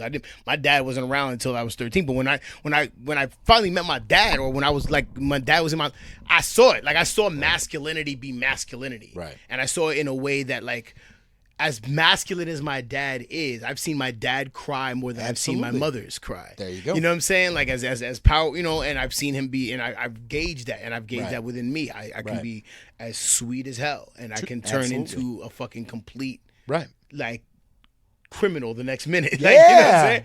And that's just and I personally prefer a woman who can deal with that. Yeah. You know what I'm saying? Who so that's to each their own. God love them. Yeah. What are you gonna do? And you don't. We'll end with this. Thank you so much for coming on the show. Thank you really for having me. Appreciate that, dude. Yeah. Do you eat ass? 100%. Thank you. If it's clean. Huh? If it's clean, or is that, if it's is clean, that what you're gonna say? Yeah. If it's clean, no. If it's clean, and I gotta be in a relationship with you, I'm not just eating ass willy nilly. Like I'm not just like, I'm not just taking you home from the fucking club and getting in. Like, that's not the way I get down. Like, you know what I'm saying? So you're like, you'll maybe Have we had this conversation We before? may have, but there's a lot of new listeners. You were on like episode like fucking 40 or something. Oh, okay. You were a long time ago. Yeah. But like I can understand what you're saying. There's if I just take an alley cat home, which happens very rarely, then I would like. I don't know if I'm like eating pussy or like expecting her to suck my dick. Like we'll have some fun and whatever. But like getting all the way to asshole, I understand. I wouldn't say relationship. I would say like second time we're fucking maybe. You know what I mean? Like so that's me personally. But there are a lot of dudes who I've had on the show who just don't. I mean, it comes up almost every episode. Why would you not eat the ass? It's that far away from the vagina. It's that far away. I don't understand it. It has to be a nice ass. I mean, I don't think that's just the. So you're saying no criteria, hair, huh? That, yeah. Sorry, girl. You know what I'm saying? And true. That's true. And you know what I'm saying? And I eat pussy, so I like that. So I know what the area is. I know what the landscape is. You know what I'm saying? Not afraid. Absolutely. Like you know what I'm saying? So, but I think I'm a dirtbag when it comes to like sexuality. I'm a dirt, but in the context of a relationship, I can't. You know, this is not to say that I'm wet noodle. If I'm not in a relationship with you, you're still gonna get fucked good. Trust me when I tell you. But with that said, like I think you do a little something extra, a little bit more flair in the relationship. For me, but the reason why you is it I mean, I guess I've never intentionally held out. I think it just happens organically. Has there been times where you're like, I could eat her ass, but I'm not. I'm just not gonna. I could see if you because you want to wait. I could see you have ass eating potential. You know what I'm saying? Like you have ass eating potential. Absolutely. But this is this is date one. Like it's I'm not kind of nature too. There's something about the smell. I've been getting into fucking dude. You want to get really weird? You want to get let's get weird. Fuck it. Let's just go. Let's go for broke, baby. Let's what do I've been it. getting into recently? What's that? It's not that go weird. for it, baby. It's not that weird. But like the smell of a girl's like her armpits. It has to be the right girl. But like there's this one girl I'm seeing. It's like there's something about the smell of her armpits. This just fucking drives me fucking nuts, dude. I don't know what it is. Her armpits? I don't know what it is, dude. I mean, I'm a person who appreciates a woman's dying? scent in general. I appreciate a woman's scent, and if they have a certain scent that's unique to them, like their natural like body odor, right. I fuck with that. I don't like stinky armpits. No, I don't like stinky either. Like, but I guess maybe it's just the right person at the right time. Yeah. But there's like something about just the animal, just that's not, she's showered or whatever. She's not dirty. Right. But there's something about like, there's some fucking animal shit. Snarl or Hell snort? yeah, dude. That fucking. Some fucking snarling and snorting over armpits. Jesus Christ. Jesus Christ. You sticking your dick in armpits? Weird man? part. Like, No, what are you I'm doing? just saying. Baby, turn over. Put my dick in a headlock. I actually saw that once on a porn. They do some weird shit on the internet. No, no. I mean, I know. I appreciate the smell of a woman. I appreciate a woman's natural scent. Right. You know what I'm saying? And all of those things. I'm not out here smelling armpits all crazy or eating ass all crazy. But it's all. I think it's all subject to negotiation, baby. Yeah. Like, you know what I'm saying? Yeah. And it's negotiating on ourselves. There's things that you're willing to do with certain women that you're not willing to do with other women. Yeah. Totally. You know what I'm saying? Yeah. That's true. I've prided myself. Oh, I'm a pussy eater. I'm a pussy eater. But some pussies is just like I'm just not feeling it, dude. Like, so I mean, sometimes you'll. And I wouldn't expect a girl. And then there's levels to this shit. There's, you know what I'm saying? You could just eat a pussy, or you could go to town. Like, you know what I'm saying? Like, yeah. You know, and that's all based on emotional attachment. That's all based on comfort. There's a lot of different things at play. Same thing with women. Women, I'm sure, you know what I'm saying? There's women they'll kiss a dick, and then there's women who'll throat the dick because they really are attracted to the man. Girls. And good girl. Oh God. Oh Lord. You know what I'm saying? But like it's all based on that. And there's give and take and I feel it's more subconscious more than anything. That when you're playing with somebody, or the way it is for me, I never really, I mean, maybe we'll have a conversation at dinner or whatever, or find out, I'm not going to like, as soon as we get undressed, I'm just fucking choking her right up against the wall. But there's certain things you find out through just nature when you're paying attention to yourself and you're paying attention to her. Totally. You don't have to do fucking vocals about nothing. You just find out, she does, okay. And you just follow that. When I'm paying attention all the way into that nature, fucking Yeah, off the fucking, it it's all amazing. works, and it's all consensual, and it's all beautiful, and it's all love. You know, but you can gauge that. You can. Yes. There's certain chemistry that you have with a person. But you got to be a fucking man in order to do that. Totally. When I was younger, I didn't know, and I'm just like, you know, you ever tried edible underwear? Ugh. What the fuck? Jesus Christ, like a plastic fruit roll up. You never had edible underwear? No, it's disgusting, dude. No, don't do it. No, what the fuck? Or flavored lube. Unnecessary. Gross. All of that is unnecessary. All of it is gross. Fucking, you know, I mean, I've done whipped cream. That's some 18-year-old I've done shit. chocolate. Okay, I've done but chocolate that- syrup. I've done, you know, I mean, you But know. do you, What? that's the same thing. As edible underwear? I don't need. I'm not. Whipped cream. Yeah, I don't need I don't edible. need chocolate. No, did it enhance it? part Really? of, no, it doesn't really enhance it, but it adds a certain But level isn't of that charm. why you to bring it in to enhance it and make it different, or like whatever? Like for me, it would just be like I gotta clean this up. later. I like fucking whipped cream, and I like pussy. And my put a thing, marshmallow it's like in that a pussy. episode of Seinfeld where George is eating like the roast beef sandwich and he's having sex. You ever seen that? I'm sure. I've watched Seinfeld before. No, are you a Seinfeld fan? Do you like Seinfeld? Have you The show? I don't know the show very well. This fucking guy. All right, this conversation's over. You've been watching CONSERVATISH, Patreon.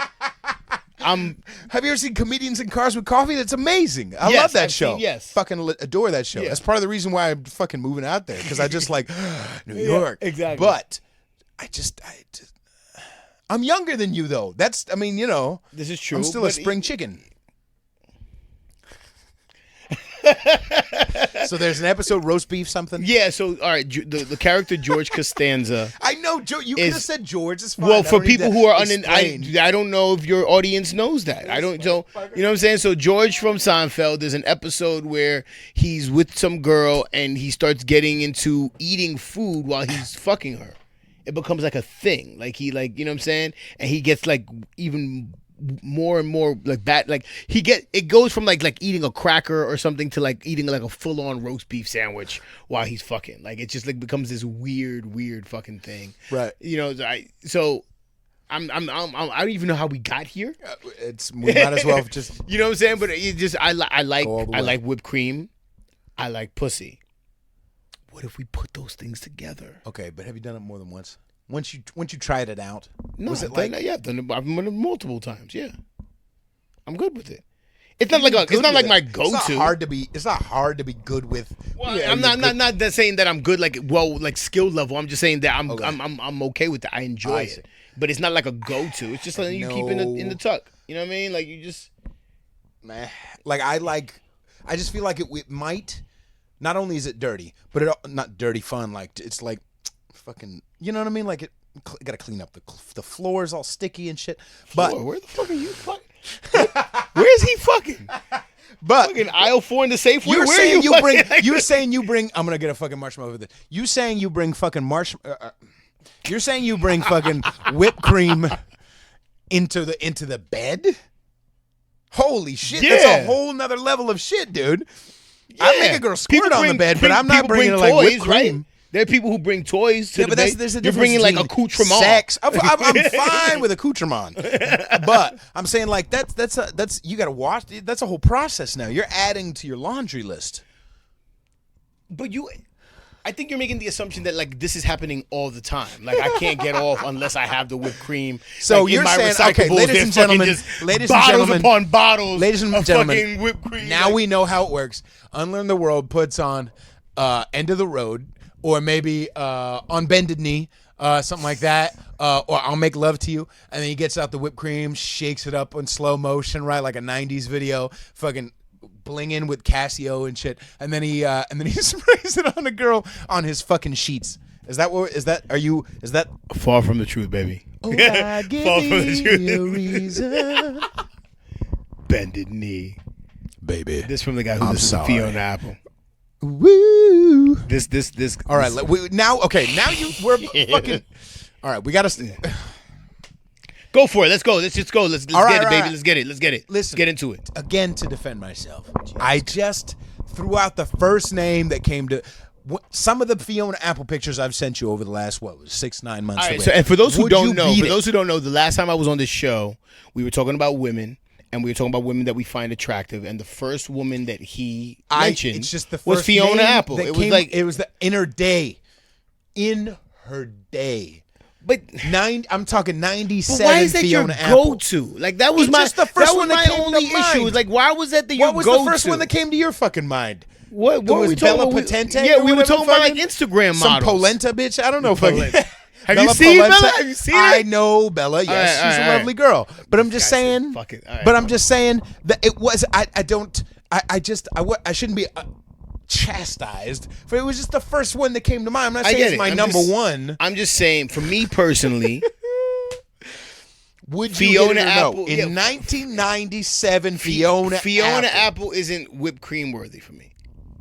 I'm Oh, so you only bust out the whipped cream and fucking on bended knee when it's like Bella Potente type of level. it got to be somebody who I'm you're really saying, like.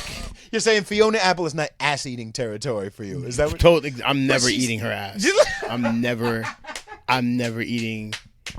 Fiona, you are safe. You are safe. It's so You are rude, safe. man. She's a good. I mean, she She's might have a good- little to hair your- on there, to- but to you know, your- you just to your 'cause credit. she's a little crazy. Yeah, she don't look Just like she put her in the shaves her tub, just armpits like or anything. hose her Like, I off just, a little like, bit. Help a girl out. But I'm- like, hose her off. are there some people you would fuck more? Or let me rephrase that because we're men. But we know we would fuck. But is there somebody who you're more attracted to because of their mind, because of their fucking artistic output? My attraction runs the gamut. There's been women who I've been with who people are like, why the fuck Right. are you with? And then there are women I've been with where they're like, God, how the fuck did you Right. pull that? Right. You know what I'm saying? So it Right. runs the gamut, and it's based on my own criteria. And my criteria is there's a lot of different things that grow into my criteria. You know what I'm saying? At different points in my life. You know, like I've dated the video vixen, bad bitch, whatever you want to call that. You know what I'm saying? The I've stripper dated, ones. Oh, fuck. I've dated the stripper. that I've was done, good. I've done the nerdy girl, and I've done, you know what I'm saying? I think I'm in my elder years, I think I am now 100% admittedly that I'm attracted to crazy. Yeah. I crazy does it better. They just live more adventurous lives. I'm attracted to that, and I'm attracted to creativity. That's the Spanish thing too. That's the Dominican in you. Come on. That, I think it's a little bit of that. You want somebody ready to stab another girl, like a little, como los Dominicanos dicen un ching, like a little bit, like un ching, screaming. like, Yeah, you need a Dominicans little screaming bit at of- each other in the yeah, street. just like you need a little bit of that. But I don't like people making scenes and getting like I don't. No stalking. No stalking, none of Right. that shit. But like so I think that's a criteria. But creative. You know what I'm saying? Like all of those, there's different things, and then you just gotta be fine as fuck. And Right. I'm cool with, and then you're ass eating material. Then you're good. Like you know what I'm saying? Like you're fine. You know what's really disturbing, dude? We will shut up with this. I've talked about this maybe on the show before, but I'm like 33, right? And I've actually like started to like really want kids. It fucking disturbs the shit out of me, dude. Did this happen for you? You had kids before you were like wanting kids, I right? had my first son, my first biological son when I was 25, but I had already been raising Okay. my girlfriend at the time. I was raising her son. Right. So I had been a dad, quote unquote, Sure. since I was 21. Right. You know what I'm saying? Okay. So for me, it's not a yeah, I think by the time my firstborn son came around, I was already kind of in daddy mode, and then I think this happens a lot for women because women there's like they live crazy ass lives. There's certain women who like crazy ass lives, and then they see their child for the first time, and all of a sudden they're soccer mom. Out of nowhere, you know what I'm saying? Like that just it happens because there's something that's like transcendent happens when you see that child. Same thing happened for me. I saw my son; it was a transcendent experience, and I was full on daddy mode. You know what I'm saying? Like I think, and even to this day, like I'm when I'm dad, and I love being a father, and I loved raising them. I loved changing their diapers and all of that. But that said, I had good kids. My kids like they went to sleep when they needed to.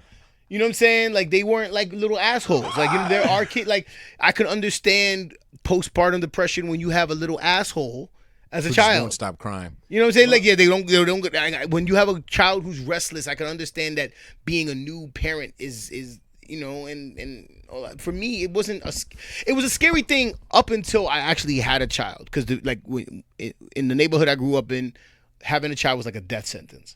You know what I'm saying? As You a never teenager, leave them. if you had a kid, your life was over. You had to go get the job. You had to couldn't go to school anymore. No had to get the rapping. job. No rap career for you. Like that was like and every kid I knew who was having babies hella early, or every girl I knew who was having kids hella early, their lives were fucking ruined. Like I saw it. They still lived with their mom. Right. They even now like they're still it's.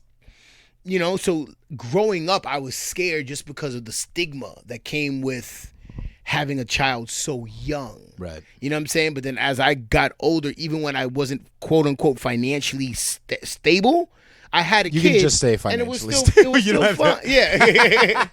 But you know what I'm saying? Like Right. so for it just happened, and it changed me more so than being prepared for it. Like, I don't think at any point you're gonna say, okay, I'm prepared now to have a child, because you don't really know what it entails. So I know I'm not ready just because I'm, I don't know.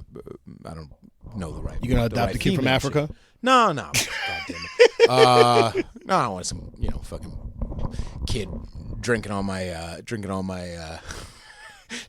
grape juice, and eating all my watermelon. I was like, yo, some semi-racist shit's about to happen right now. Wait for it. Wait for it. Wait for it. I just there's something about, I don't know. I this has been happening ever since my last like real girlfriend, my real relationship. A few years ago, I was just like, I could see me having a fucking, and now it's been like 2 years, and I'm like, fuck. I think I really like sometimes like I feel like I'm not judging myself like, oh, this is bitch shit. Be a fucking man, I don't want no goddamn fucking whatever. I'm not saying that to that level, but I just feel like, is it fucking? And maybe you're not the right person to ask, but.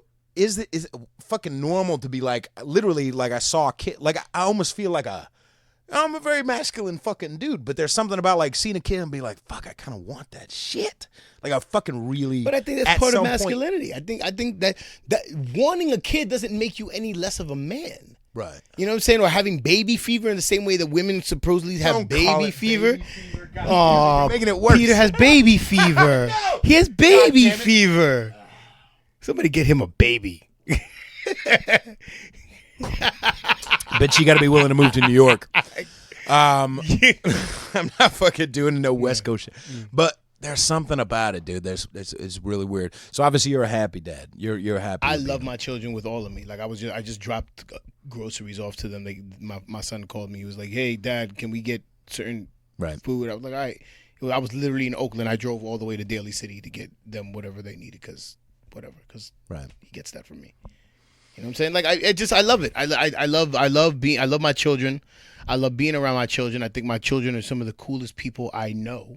You know what I'm saying? And this is not a brag or a boast. I think everybody thinks their child is like special and all of that, and that's great. But your kids are not as cool as mine. Right. Just so we're clear. But how much of that percentage is raising? I mean, I feel like a lot of it is. I think a lot of it is I always wanted to be the parents that I didn't have. Like I think my parents fucked me up good.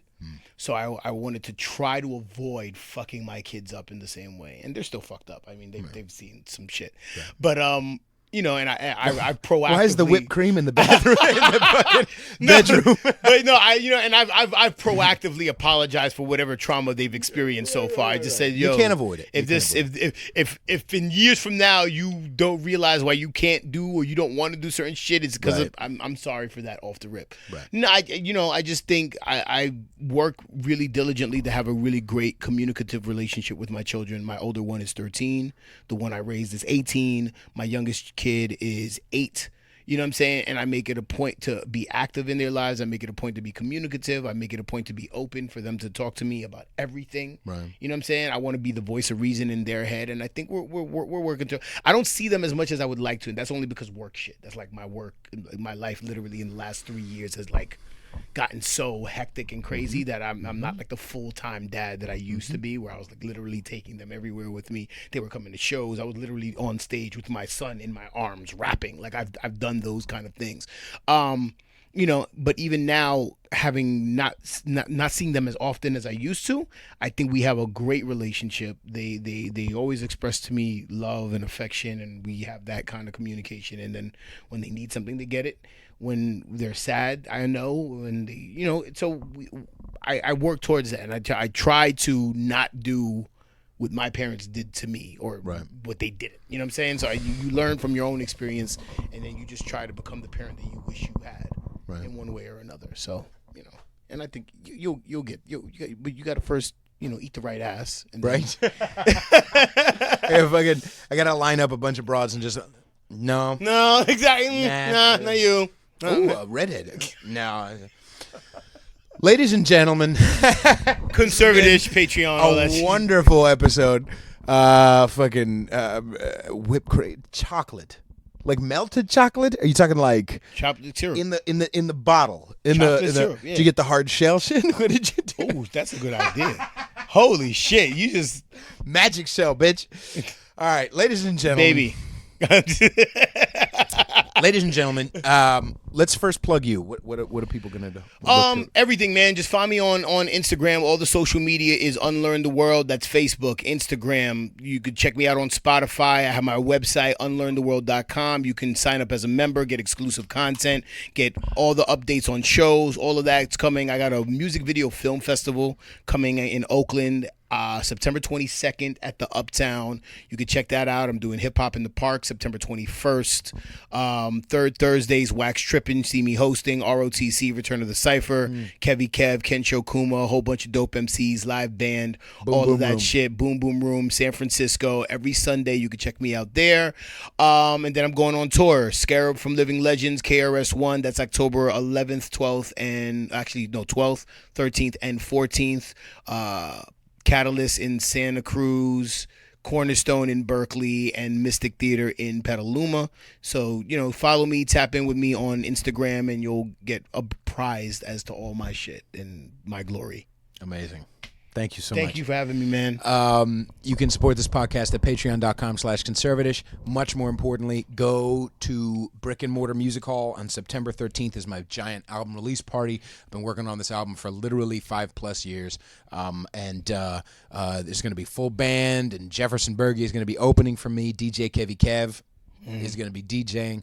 There's going to be people from literally all walks of life. If you've known me from my work with the drag community, my work with the hip-hop community, my work with musicians, my work with beat makers, my work, you need to be at September 13th, Brick Mortar Music Hall. It's fucking $12. Don't be a bitch. Buy my shit. I'll see you there. Don't bring Magic Shell. You can find me on Instagram at Peter_Feliciano and FELICIANO. And yeah, that's all I'm going to plug. Thank you so much, dude. Peace, y'all. Bye, everybody.